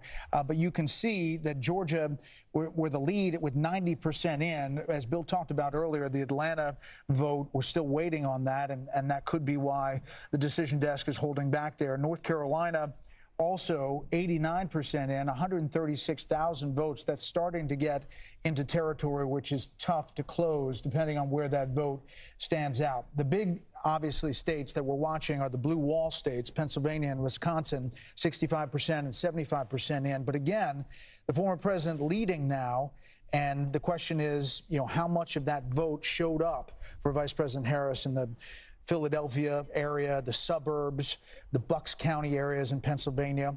Yeah. Bill, what do you got? Just picked up something from the New York Times. I just want to repeat this. I was trying to locate this on the map, and it's true. Right now, Donald Trump, in the big cities of America, Miami, Chicago, New York, Dallas, and Houston, he is improving on his margins from 2020 by double digits. You think about that, right? Since COVID, you think about immigration. You think about the homeless crisis. You think about how our cities have changed over the past 4 years. Maybe that's having an impact. Now, what I'm looking at here is Wisconsin. I just want to point out two things in Wisconsin, and I want to compare that to what's happening in Pennsylvania, because I think there's a trend that is favorable toward Trump, okay? So here we go, Dane County. I'm going to take you back to 2020. I'll just compare the numbers for Biden and Kamala Harris, okay? So this is Madison, University of Wisconsin, et cetera. Ton of Democratic votes in this county.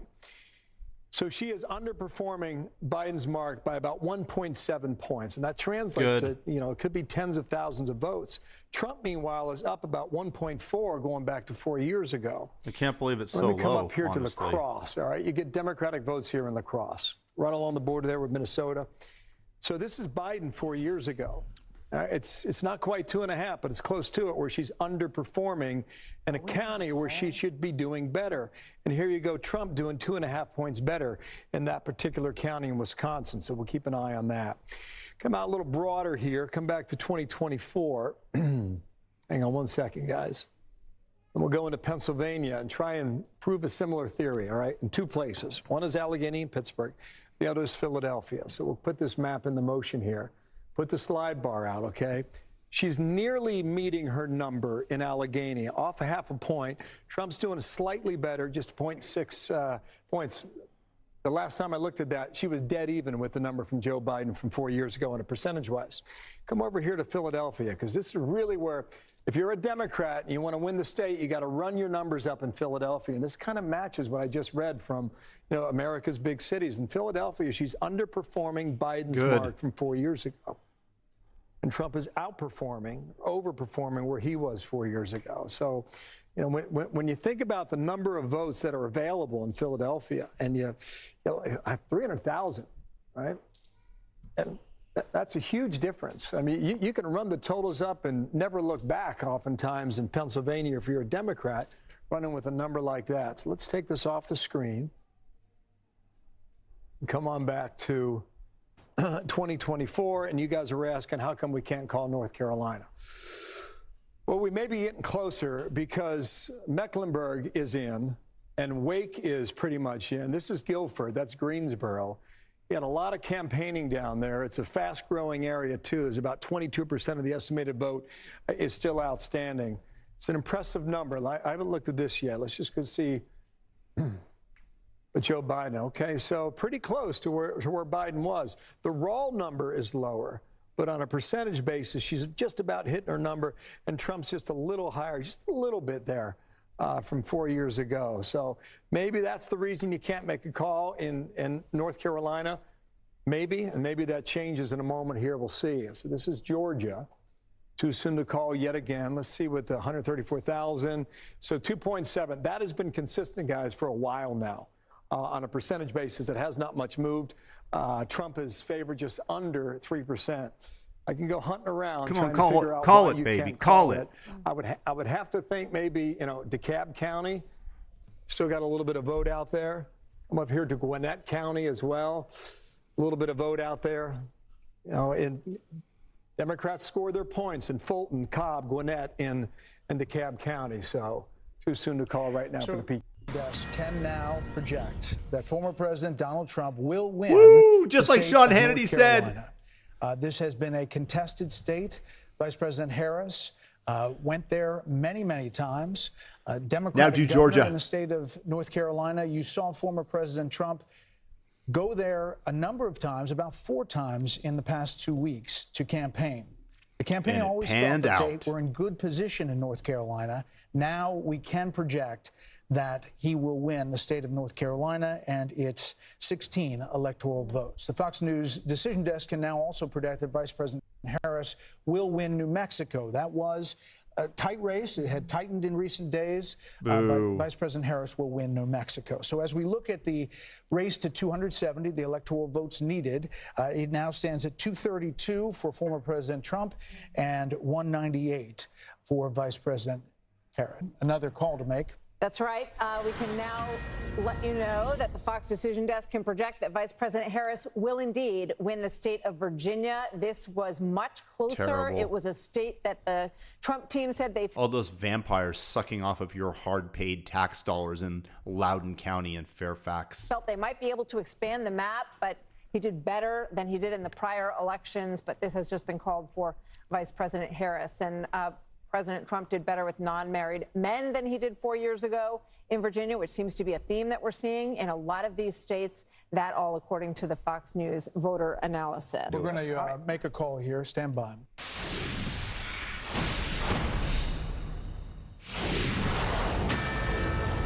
Fox News projects that the Republicans will take control of the United States Senate. The party will hold at least 51 seats, which is enough for an outright majority. The tipping point for this is Nebraska, where Fox News can now project that Republican incumbent Senator Deb Fischer will defeat independent challenger Dan Osborne. Now, this was a very, very tight race. The incumbent Republican pulling this out. And that means, because of Bernie Moreno and West Virginia, that it now goes over the top as far as the Senate majority. But we don't know the final number yet. So there are a number of states that we are not able to call yet, and we're waiting for some big calls momentarily. We're still looking at some of these Senate races. We're still looking at Milwaukee, of course. We're waiting for Pennsylvania, Michigan, a number of these big battleground states. Wisconsin as well. Pennsylvania, a lot of raw vote total coming in. As you take a look at this board, you can also look out in Arizona, where it is very tight early. It's about half in. Georgia now seems like it's getting close to being baked here. 93% in, 50.8, 83% in Pennsylvania. Bill, you want to chat about Pennsylvania? Yeah, we can here. What I set up for you, Brett, is what the night's all about, right? It's what it's all about, baby. And if you punch around on the map and just see the margins, I'm just going to do something, okay? I'm not getting ahead of anything here. But I want to tell you, as it stands right now, if you were to call this entire thing, okay? Harris at 216, Trump at 232. And, you know, if I know you're going to make a call because it's midnight on the East Coast. Oh, yeah. Yep. Come back. It is Wednesday in New York. Time flies. Polls just closed in Hawaii. The Fox News decision desk can now project that Vice President Harris will win. It's Hawaiian brain rot that they would vote for her. I think Hawaiians have a lower than average IQ overall, so that explains it scientifically. The state of Hawaii, the Aloha State, has voted for the Democrat in every election since 1984. This was no different. And the Fox News decision desk believes that Vice President Harris will win Nebraska's 2nd district, the area around Omaha. Not a big surprise there either. Not, but as you see, the 270, we're at 232 to 216 with these big races still pending. The path is getting narrower for Vice President Harris. Fox News can also project that Hawaii's Democratic Senator Mazie Hirono Strangle the path. Will win a 3rd term. And she is the dumbest person in the Senate, by the way. The dumbest. Truly. Just like an IQ that would compare to a 5-year-old. Balance of power, as we just said, the U.S. Senate will go to Republican control. So far, 51-43. But again, you see those white blocks there. We could see some more Senate races continue to fall the Republicans' way. Okay. So rudely interrupted, Bill Hemmer, by midnight, ticking down. Go ahead, Bill. Okay, that's all good. I just want to show you, based on where we stand right now, if you were to call the game, okay, Trump's at 232. He just widened his lead in Pennsylvania by 4. Yeah. Still not enough. In Georgia right now, his lead went from 2.7 to 2.2. We'll check back in a moment and see where that is. If you were to hang on in Georgia, 267, still not enough. I was looking at Michigan a moment ago. He was up almost 5 points in Michigan, okay? If it stays that way, it's his. And he's back in the Oval Office. If Wisconsin stays where it is, and I just checked the number, he would run it up to 292. And if Arizona, he was up 0.1 percentage points about 30 minutes ago. He's up 0.4 now, so he's increasing his margin. Almost half of the vote out there. Arizona counts low. It's okay. We'll take our time on that, all right? It would be 303. So that's where we are, and we can run through all the other states, and I'll show you. Trump is going to win, y'all. He's going to win. Remember what that felt like. 2.3 now. Okay, so it popped up a 1/10 of a percentage Thumb it up. point. Let's go through them. Pennsylvania. Thumb it up. Yet again, all right? It was 4. It's now down to 3.7. Watch Philadelphia. There's still some outstanding vote there as well. Let's come over to Michigan. I said it was 5. What is it right now? It is exactly 5.0. And while we have you guys, let's do 2 more. Wisconsin, where does it stand right now at midnight on the East Coast? 3.9. Note the fact that they haven't called Minnesota yet, which was Tim Walz's home state. That has to be the worst candidate for major office outside of Kamala Harris. So they had the 2 worst possible candidates, and they still managed to get nearly 50% of the vote. It just shows you how divided and partial America has become. Now, they should get in 0. Wisconsin, I Maybe see their a lot of moms. red on this map, guys. A lot of red. Normally, you see a little more trickles of blue there, and now Arizona. Bill Hemmer, you know, we're waiting on Georgia. Yep. Right? Waiting on a lot of things. And we're waiting on Pennsylvania. We're waiting on Wisconsin. We're waiting on Michigan. you But can ask. why Georgia, do you think? Let me pop on down there. Had a nice little pretty map set up for you guys. Oh, sorry. Okay. I can come back to it. All right, so here's Georgia. All right. And here is the remaining vote. And what I see is a lot of the vote in Atlanta is in the Atlanta metro area is in, but there's fractions here and fractions there. I see Chatham, okay, Savannah. It's not a small county, 5 out of 159. It's got about a third of the vote still remaining as well. We're not quite set up for the vote margin there, but... All right, go back to Pennsylvania. I just wanted to check in. No, it's okay. No, what I was poking around here a moment ago is Wisconsin. If you do the remaining vote, and the reason we put in these different shades of purple is because the deeper the purple, the more outstanding the vote. The lighter the shade or the gray, that means the county is checked in already. So you see down here in Milwaukee, I mean, a little more than half is reporting in Milwaukee. There's some suggestion that in the middle of the night, 3, 4 a.m., that Milwaukee expects to go ahead and give us the remaining vote. This is Michigan right now. This is the remaining vote out that's outstanding. Look, a lot of this is rural in the Upper Peninsula. A lot of this is rural up here, and a lot of the votes outstanding. But this is Wayne County. This is Detroit. All right, only 23% of the vote has now been reported. So that's 75% outstanding, right? 75 to 77, somewhere in that range.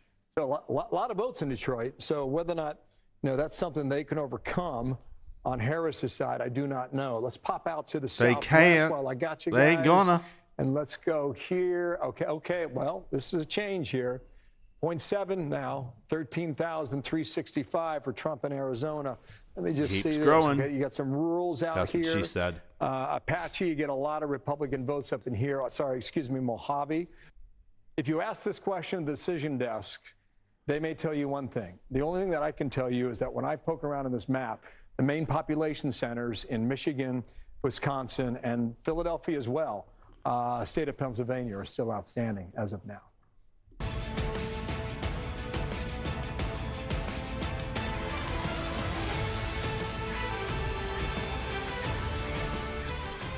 So we're getting a lot of vote in, but there are still several states that are very important that are still too early to call: Pennsylvania, Wisconsin, Michigan, and Georgia, states that we've been talking about a lot over recent weeks, and we just want to get all that data in. So if you put it up on the board, we can show that we are closing in because there is a lead in a lot of these states, and you look at what's left out there. Pennsylvania, 86% in. Michigan's a little early in 52%, and then 80% in Wisconsin. 93% in Georgia. We're going to dig into Georgia in a little bit. Yep. And we're going to go to Bill Hemmer because you're looking at Pennsylvania, Bill. Can you hear me? Yeah, I can. Yeah, sorry, they were talking to me. Go ahead. What's that? How come I always talk to you when they're talking to you? Because there's a lot to be said over here. All right. So figure. Pennsylvania we're still looking at, but we're also looking at the national popular vote. Yeah. Which he's currently leading. Yeah. One thing I was looking at here. Okay, this is Philadelphia. This is 2016. This is Trump's margin in Philadelphia, 15.5, okay? Then he comes back 4 years later. Philadelphia, that's where it's a Republican running in a blue part of the state. He's just shy of 18. Okay, so where is he tonight? He's almost at 21, okay? So hold on that moment here, okay? There's a reason for this. Wow, that was a nice move. Yeah, like that? You caught me off guard. So let's go ahead and look at the vote difference for Pennsylvania. Some things I want to show you right now. We talked about this Democratic march over here, and really, when we talk about the blue wall, here's where we stand right now, okay? Got to reach higher than that. Trump's just shy of 3 percentage points, now ticking down to 2.7. That's a live number that continues to come in. Go ahead and clear this. Pretty cool graphics, I have to say. Kevin, widen out there a minute. I mean, they're able to do that in TV studio. It's pretty amazing. I'm going to show you the blue wall and how. There ain't no blue wall. Every direction for the past 3 decades. Is it about to move in the same direction yet again? Right? There's 3 counties here in Philadelphia that really tell a story. These are your flipper counties, all right? Look at Northampton. All right, Northampton is above Philadelphia. Trump's leading in Northampton. That flip for Biden, it's flipped back to Trump by about 5 points. Look at the other end of the state in Erie. Erie is one of these bellwethers as well. Kamala Harris has been leading there most of the night, and just about 30 minutes ago, Erie flipped. Yeah. In Center County. Right smack dab in the middle of that T that you normally get in Pennsylvania. Center County has always been the exception. It's been blue. That's where Penn State University is located, et cetera. Right. That is another indication about how well Trump has done in Pennsylvania thus far tonight. There's a real good chance he flips all those and maybe more shortly. So I want to show you that. We'll go ahead and clear it and give it back to you guys. Yeah, Kent County has been stubborn for Donald Trump. I think he would probably confess that. This was a flipper from 2020 when Joe Biden took it from the Trump team. Right now in Kent County, she's got a pretty comfortable lead here, about 10 points. It's a remarkable thing when you think about it. You know, the Gerald Ford Museum is there, and we talked about 5 hours ago about the realignment of America in the South, primarily like in North Carolina and Georgia and perhaps parts of Florida. You don't think about a realignment in Michigan necessarily, but this has been an area that Donald Trump wanted to win. There's a reason why he started his tradition in 2016 by concluding his campaign in Kent County, Grand Rapids. He did it again in 2020 in a losing effort. He did it again just this past weekend, Monday night at midnight, right? He rolled into, wow. Yeah, he rolled into Florida at 5:30 in the morning. That was yesterday morning. No, it wasn't. It was this morning, wasn't it? Right, because it was Wednesday, right? Okay, you follow me on the calendar? Okay, yeah, okay. But it's been stubborn. It appears that it'll stick that way as well. Kent County and Grand Rapids will stay in the blue column. It's a changing area, you know, this west coast of Michigan. But what I'm seeing right now, even though you'll have just about 60% of the vote in, I'm seeing a lot of red lining up and down Lake Michigan. And for a while, you know, that had changed. It seemed to be shifting a little bit. There's a county right here called Muskegon, beautiful part of the world. And that had seemed to be drifting in the Democratic column as well. But Trump's got a firm grip on it now, 16 points. And I'll just go west of Muskegon, or sorry, south of Muskegon, west of Grand Rapids, is Ottawa County there. Like for years, this was like a Republican bastion. Trump kept it that way in 2020, winning by 21.5 points. In 2016, in Ottawa specifically, you ran away with it at 30 points. And so it will stay that way tonight. And let me just come out to real-time data here and let you know where we are statewide. You've got some vote out there, but you see this margin here yet again. Just as I'm talking here, guys, it's ticking higher. 210,967, 6.3 percentage point lead in Michigan. I'm not going to say it because it's not my job, but it looks like the blue wall could stay intact yet again for another year where it votes in unison with the winning party who takes the White House that year. Yeah, but it's not the blue wall. It would be the red wall. It just shifts with each state. Each state votes in unison with the other. You could say that, but not that the blue wall stays. Come on, man. Since 1988, that has held. I think we're getting ready for a call. I think we are too. Are we? Fox News can now project that the state of Georgia will go to former President Donald Trump. This was a really hard-fought battle. If you think about Georgia loses it last time to President Biden by 11,779 votes. For some reason, that number sticks in my mind. And this is a big win. He went there, campaigned there, and so did Vice President Harris numerous times, thinking that Georgia could stay in the Democratic column. You know, he had a difficult relationship with Governor Brian Kemp. If Fantastic you remember, news. 4 years ago, after losing Georgia, they tried to salvage 2 Senate races in Georgia. A month later, special elections. That didn't go well either. So this is a very big win for former President Trump to, you know, have this redemption in Georgia tonight. So now we are at Electoral College vote at 248 for Trump and 216 for Harris. We have a panel. We're welcoming in Darren Shaw, a member of the Fox News Decision Desk. Welcome in Juan Williams as well, along with Karl Rove. Darren, we got you out here. We were going to say, what happened? Are we calling Georgia? And then you push the button. Are you here to tell us that we were right when we said you called Georgia? Yeah, that's exactly right. I mean, I thought you were going to come down here to grill me, and we preempted that. What else are we going to call? You guys called Georgia in the nick of time for you, Darren. That's exactly right. While we have you, Hannity was right again. How do you see this night? And was it like you thought going in? And as you look at the blue wall there? Historic save of the nation. That's really what it is. Well, I think 2 things. This is an election that is unprecedented by my standards because the more data I saw, the more possibilities seemed to unfold. There was stuff a couple weeks ago I didn't think could happen. I didn't think Trump could win, let's say, the national vote. I'm not saying he's going to, but that was something that nobody thought could happen. They thought he was capped at 47, 48%. That's a possibility. We had a lot of conversations about whether these swing states were going to move together or whether they were going to sort of crack and each move separately.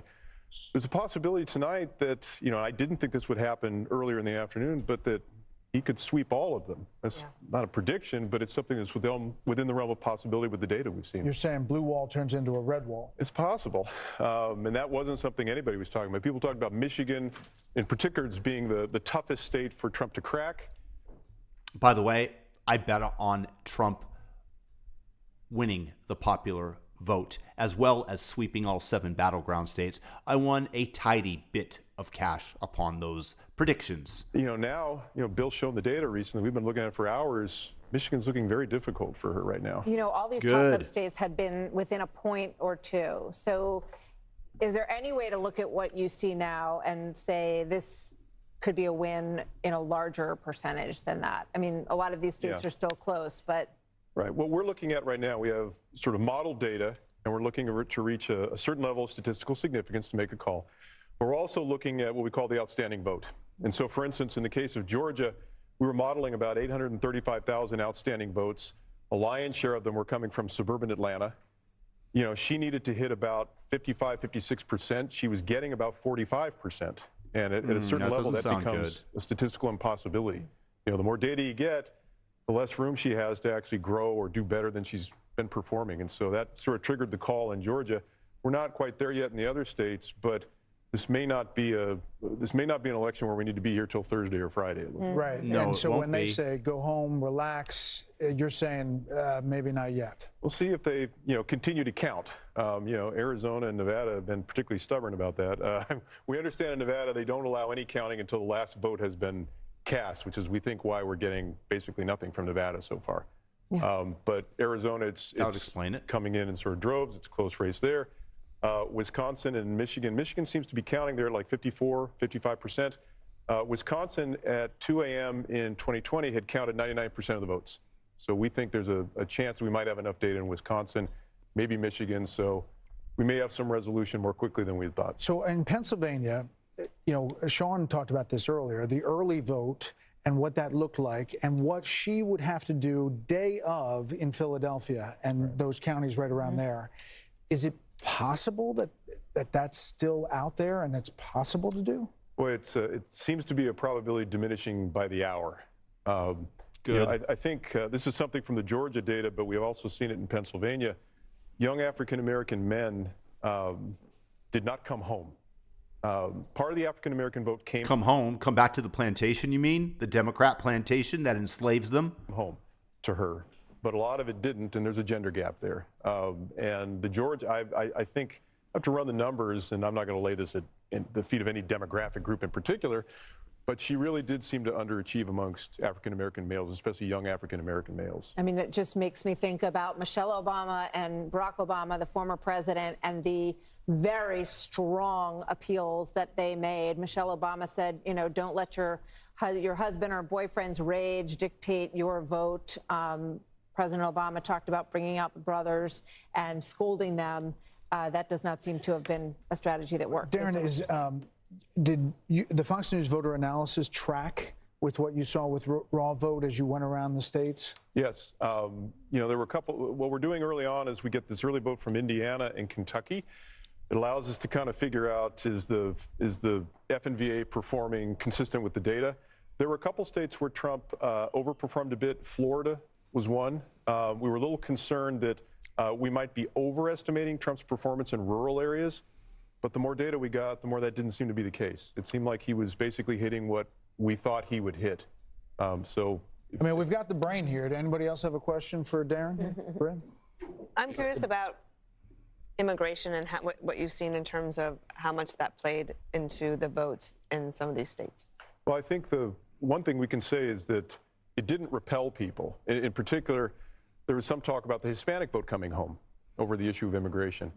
That did not seem to happen much at all. The FNVA suggested, I think it was... They did come home to the sane party. I'm not even a Republican. I just want sanity, and I know the Democrats are antithetical to that. It was 40% was Trump's performance amongst Latinos. That ended up being, I think, within 13 or 14 points of Harris's. I mean, if you showed me data before the election and said, that he's going to get 15% of the African-American vote, 40% of the Hispanic vote, I'd say that's an awfully tough night for a Democrat to win an election in.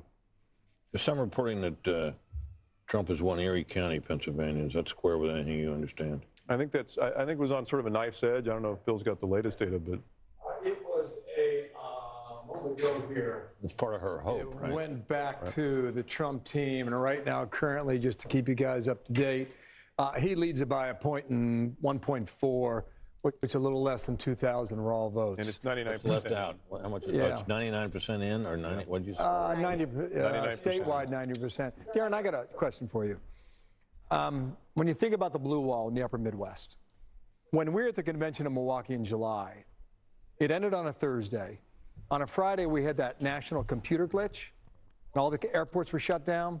So all the delegates and all the journalists and all the campaign folks were stranded at the airport in Milwaukee. And I was still thinking at the time about, why did I just see Kid Rock? And why did I see Hulk Hogan? And why did I see Dana White? And I went to the campaign, and I said, what's going on there? Because it was men. It was white men. And they said, we notice in the upper Midwest, at the time they were thinking about Minnesota, Wisconsin, Michigan, Ohio to a lesser degree, and Pennsylvania. That's what they were thinking about. And they said, we noticed that there was a certain percentage of white men who voted in 2016. They sat out 2020, and we're trying to win them back. Is there evidence that those white males in those upper Midwest states did that tonight? there was sort of a rule of thumb we were adopting that, and we spoke about this a little bit earlier in conversation with y'all, but that, the gender gap is a double-edged sword. Gender gap can help or hurt depending upon, the absolute level of support. We were looking at 55%. In other words, if Trump was hitting 55% with men, that was a good sign. If Harris was hitting 55% with women, that was a good sign. And in the upper Midwest states, he was getting closer to that sort of magic number than she was. So what they call it the bro strategy or whatever, it seems to have paid some dividends up there. I mean, we're still waiting, but it's looking pretty good for him. So we can definitively say that the poll that we don't talk about in Iowa was kind of off. Kind of off? I love Ann Kinda? Coulter. She's a giant and a pioneer in our field. I think, we were looking at. She's a crook. She got paid for that poll. Either she absolutely sucks at her job and her last poll was a stain on her legacy that she messed up, or she got paid. You got to go with somebody who's supposedly that good getting paid off. Ironically, it was not so much the top line in that race, but what Seltzer had said was that senior women were breaking away from Trump over the abortion issue. And I think our friend Sean Trende had a really good observation where he said that may be true, but it may not help Harris, because that's something that could occur in Iowa where abortion was a hot issue, but might not occur nationally in other states where abortion wasn't as salient. We have to let you go, but really quickly, what's happening in Minnesota? That's what I was going to ask, exact question. Minnesota, why is that still? They have done what sometimes they do in Tim Walz states. sucks? They stopped counting votes. Really? And we're kind of close After all to. we've been through with that. After all we've been through? We're at a level where we're close to statistical significance, but it's not quite there yet. And there are Is still. Tim Walz in charge of that? Yeah, well, There you go. rumor has it. We have to let you go because you Wow. have some more data crunching to do. I do. We appreciate you coming Thank you, by. Darren. Thanks, It really Darren. does Good help job, a Darren. lot. For coming Good by. job. Great Very job. nice to see you guys. Thank you. 1 a.m. in New York. Polls have just closed in Alaska. The Fox News decision desk says it is too early to call.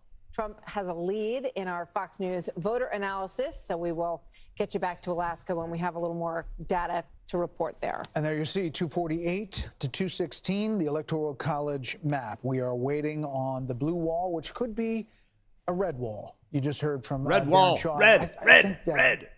Data and the way he laid it out there and their decision making really kind of lifts the curtain to how these guys operate. Based on our Fox News voter analysis, which again was 120,000 voters, that a rolling poll, and then the raw vote total that they came in.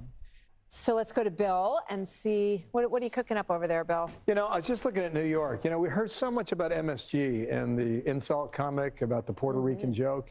And, Trump, New York's his home, right? I mean, now living in Florida, Mar-a-Lago, but just look at this. I'm going to go ahead and use the slide bar and okay, 8 years ago when he's running against Hillary Clinton, this is his margin in New York, all right? 37.5 compared to almost 59 for Hillary Clinton. And then against Joe Biden, it was what? Wasn't, oh my gosh, it was 0.3 of a point, all right? And now we come to 2020 and see the numbers on the board here. That's a pretty decent performance, and we're just getting some insight here in the New York City. He did well over 40% of the vote here in New York as well. One thing I was checking out here, guys, in this is the number, right? The path to 270. I guess in theory right now, if you were to close out, you're at 248. If you were to close out Pennsylvania, and even though Alaska has ranked choice voting, which could take a while to post a number here, nonetheless, that would put him right at the number at 270. So even around the blue wall, that's possible too. That goes back to the argument that we've been talking about for some time now, that Trump had more paths to the Oval Office than Harris did. Let's go check on Pennsylvania one more time here, and we'll see. Okay, he's holding steady at 3.5. 90% of the estimated vote out there is now reporting here. In Michigan, the blue wall, 6.3, so that number is stuck a little bit here. Estimated somewhat, maybe 40% of the vote still missing there in Michigan. In Wisconsin, maybe we get some more numbers in. It got 85% of the vote in here. And, Trump's holding on to this 4.2 advantage in Wisconsin. And Wisconsin, they take a lot of pride in what they do. They want to get the vote out quickly. Maybe Milwaukee notwithstanding, but the rest of the state, that's their idea. So we could get that in maybe a little more as we go into what, the 2 a.m. hour? Are we going to 2 a.m. or 3? What are we doing here? Arizona sticking here at 0.7. What's that? Just keep going. Okay, you got it. This is Nevada, so we're starting to get our first numbers in from Nevada. For any of the nerds and geeks out there that have been deep in the weeds about the early voting, you've been watching Nevada. And Nevada's been a pretty good marker there for Republicans. This is a quick count here now. It's saying 75% of the vote is in, and Trump's got a firm lead at 3.4 points, roughly, just a tad under 35,000 votes. Clark County, Las Vegas, 70% of the votes in the Silver State here all come from Nevada. I voted in Nevada. I went out of my way living overseas to be able to vote, and I feel very grateful that I did. There was no election that it was more important to have a voice in than this one. God bless all of you who voted for Trump over that horrible witch Kamala. How high does this number go on the Electoral College? Yeah, New York Times needle is now at greater than 95% and likely to win the popular vote is what they have. Yeah. Those guys have 2 Make America Great hats on. I saw someone with a front, really large back. one. Yeah. As we look now at what we have, Pennsylvania. Is this a call, ladies and gentlemen?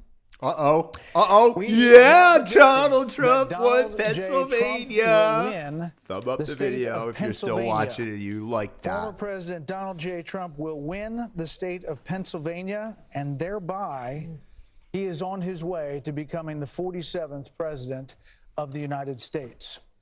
With this, the path for Vice President Harris has narrowed. Closed? And there's really no path going forward. It's vanished. This is historic. Everything was about Pennsylvania. Everything from the beginning was about Pennsylvania. Now, former President Trump will win the state of Pennsylvania, and we can make that call. The 19 electoral votes. That puts him at 267, not officially over the 270, but the path that it takes to get to 270, he is well on his way to becoming the 47th president of the United States. Call it already. In what is going to be the biggest political phoenix from the ashes story that we have ever seen, ever. I mean, yes. I'm going to say it's more than Grover Cleveland in 1892. Yeah, I don't think that Grover Cleveland was not the subject of a Russia investigation, 2 impeachments, 2 assassination attempts. Indictments. They have indictments, 91 indictments, convictions, and there is almost nothing that hasn't been thrown at this former president, and his tenacity in wanting to go back and run again. He is truly a historic figure, a man who single-handedly, through perseverance, dedication, luck, wit, has helped save America. Which he announced immediately after he lost in 2020. This is a huge, historic moment in the United States of America as the former President Trump is closing in with just a few electoral votes away now from clinching 270 as Pennsylvania is called for Donald Trump. We're looking live, 1:21 a.m. in the morning at Trump headquarters. The cheers coming up. We're told the former president is there, as well as J.D. Vance, Senator J.D. Vance. They are getting ready to hear from former President Donald Trump. Again, at 267, not there yet, but looking at where that vote is in Wisconsin, where the vote is in Michigan, where the vote is in Nevada and in Arizona.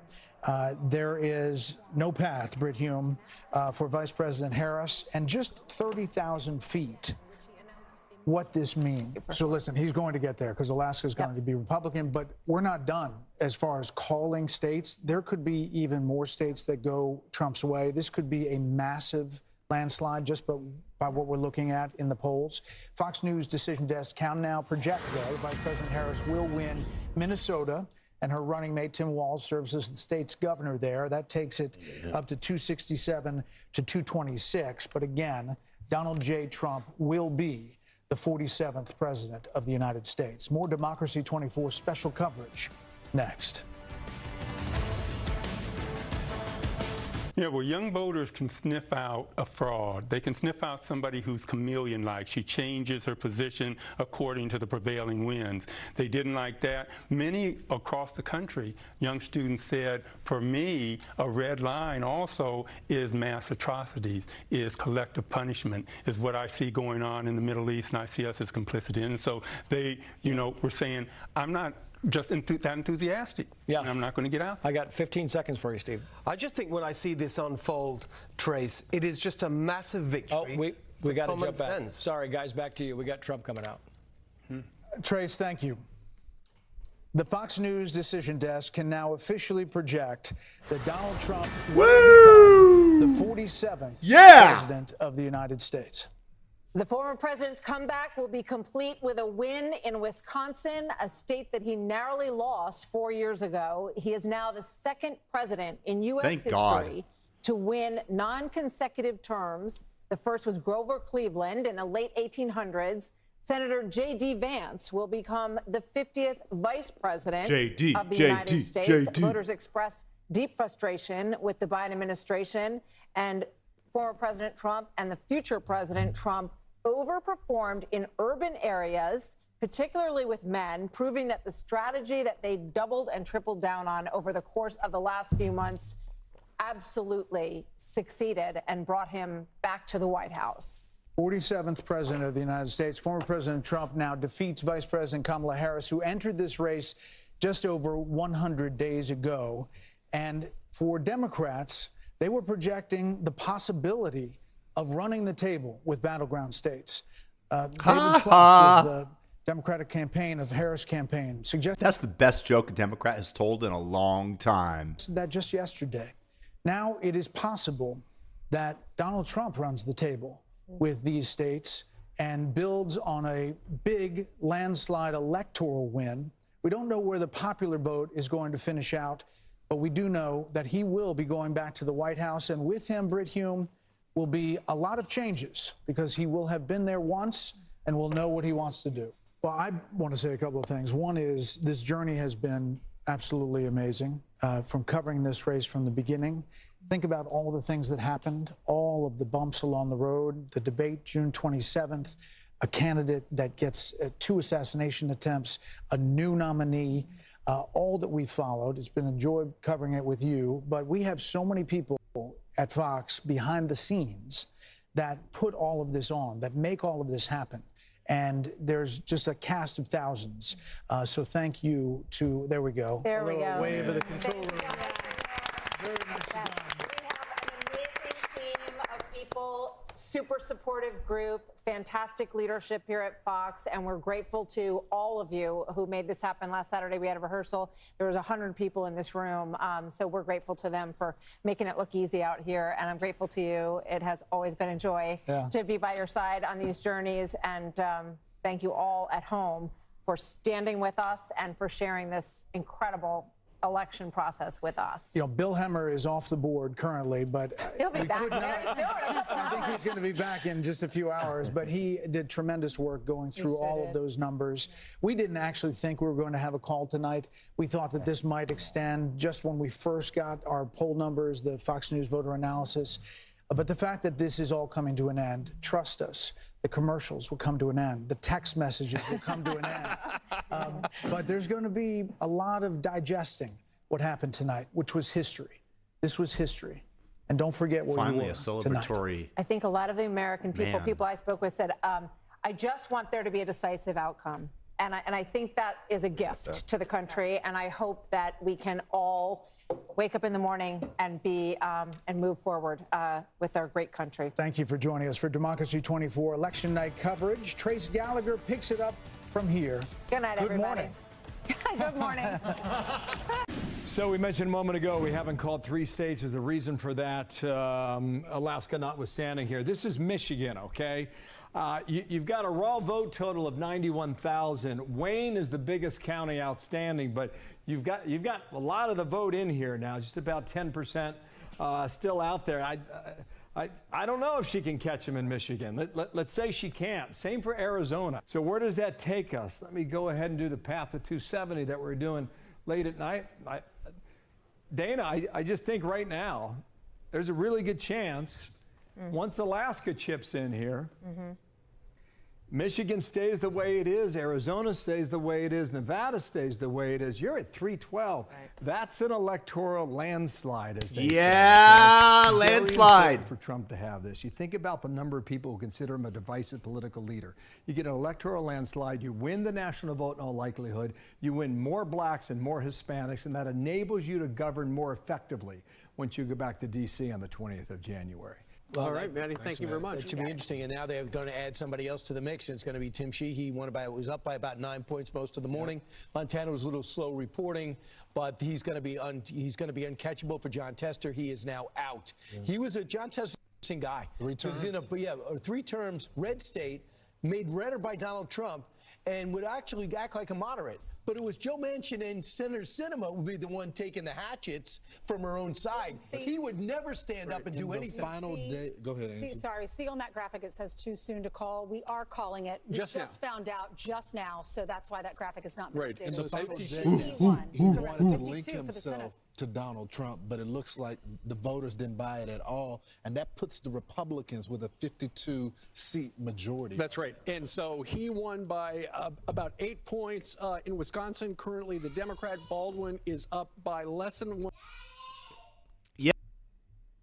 Is up by less than 1 point, actually 0.09. Dave McCormick in the Commonwealth of Pennsylvania is up just less than a point, and out in Nevada, Brown, the Republican, is up, but just a little. So there are 2 more Republicans. A big Senate flip out in Montana. Former Navy SEAL Republican Tim Sheehy unseating longtime Democrat Senator John Tester. That gives Republicans another seat in its new Senate majority. We have breaking news at 12:59 p.m. on Wednesday after Election Day. The state of Michigan, that was the one we showed you at the top of the hour. It was neck and neck, 48-48. It has been called for Donald J. Trump, making him one state closer to picking up those 7 swing states. We still await 2 remaining swing states, but he picks up 15 electoral votes this hour. Also of note, in the House of Representatives, we have 3 individuals, 1 Republican, 2 Democrats who have secured their seats. One of those is John James. But we can report that 1 House pickup happens this hour. It's the 7th district, and 1 House pickup happens. It's Tom Barrett in Michigan. House Speaker Mike Johnson telling me this: we are tracking all outstanding races. I am confident we are going to keep the House majority. That's House Speaker Mike Johnson. We will track it here at Fox News and report to you when we have news as to where the House of Representatives will go. Democrat incumbent Senator Tammy Baldwin will retain her Wisconsin seat. She defeats Republican businessman Eric Hannity, who we had on this program. He was feeling pretty optimistic, obviously pretty thin margin there, but that race just called the Senate race in Wisconsin. So there's got to be some ticket splitting going on there because Donald Trump projected to win Wisconsin. Tammy Baldwin retains her seat. So I would think more than a few people voted I've for him heard at the that top he of the ticket got and voted robbed. for her in the undercard. Yeah, there was some personal jabs exchanged in this race. He made his case. He said he was sticking to the economy. Was the biggest issue for voters in that state. She obviously had a message that won just enough voters over. Breaking right now, the Fox News decision desk can project that Democratic Congresswoman Alyssa Slotkin will defeat former Republican Congressman Mike Rogers in the Senate race in Michigan. That is a hold for Democrats. She will replace Debbie Stabenow, who is retiring.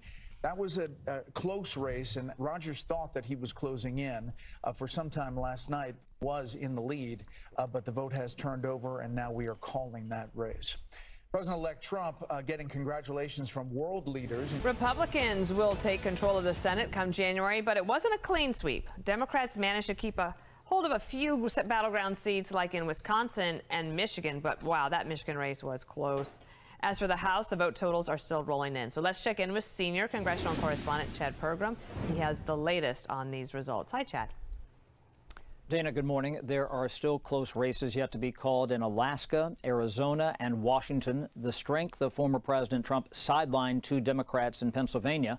Matt Cartwright lost to Rob Bresnahan, and Susan Wild lost to Ryan McKenzie. Now, when all the votes are counted, well, this will be an electoral landslide in every way imaginable. Donald Trump will also be the first Republican to win the popular vote since 2004. Republicans also won control of the U.S. Senate big time last night, and the GOP is favored to keep the majority in the House by a bigger margin than originally projected. All right, Pennsylvania, the latest to see a political earthquake in the United States Senate as we get the news that Republican Dave McCormick has beaten Senator Casey. That makes the fourth pickup for Republicans besides their win in Montana and Ohio and West Virginia. We begin this morning with the Fox News alert. President-elect Donald Trump winning Nevada, putting him at over 300 electoral votes. He flipped the state. He lost in 2020 and 2016. Trump is now edging closer to an absolute clean sweep of all battleground states. He currently holds a 6-point lead in Arizona, which is the only state that has not been called yet. Meanwhile, in Nevada, Democrat incumbent Jackie Rosen has been reelected, fending off a close challenge from combat veteran Sam Brown. Republicans are now in striking distance of a House majority as well. With nearly 24 races still close to call, the GOP has 212 seats and needs to win 6 more to keep the majority. If this happens, Republicans will pull off a political trifecta, controlling the House, the Senate, and the White House. Yeah, my kids wake up every morning and say, Dad, have they called Arizona? Have they called Nevada yet? And now I could say yes on Nevada and potentially. Why can't Arizona count votes? 82% in? You tell me. Well, the governor used to be the Secretary of State, and, you know, they just can't get their crap together, I guess. So. Clearly. We begin with our final call of the 2024 presidential race as President-elect Donald Trump has officially won Arizona, adding this flip to his historic win column. 7 states. Doesn't stop winning. Trump sweeping all 7 battleground states, lifting his total number of electoral college votes to 312, the most won by a GOP presidential candidate since 1988. A little bit of breaking news coming into Fox News tonight. Put this up on the screen. We're being told that Ruben Gallego has won, the Associated Press says, has won the Senate race in Arizona over Kari Lake. That race has been going on for quite some time. They just called it moments ago. More breaking news as it comes in.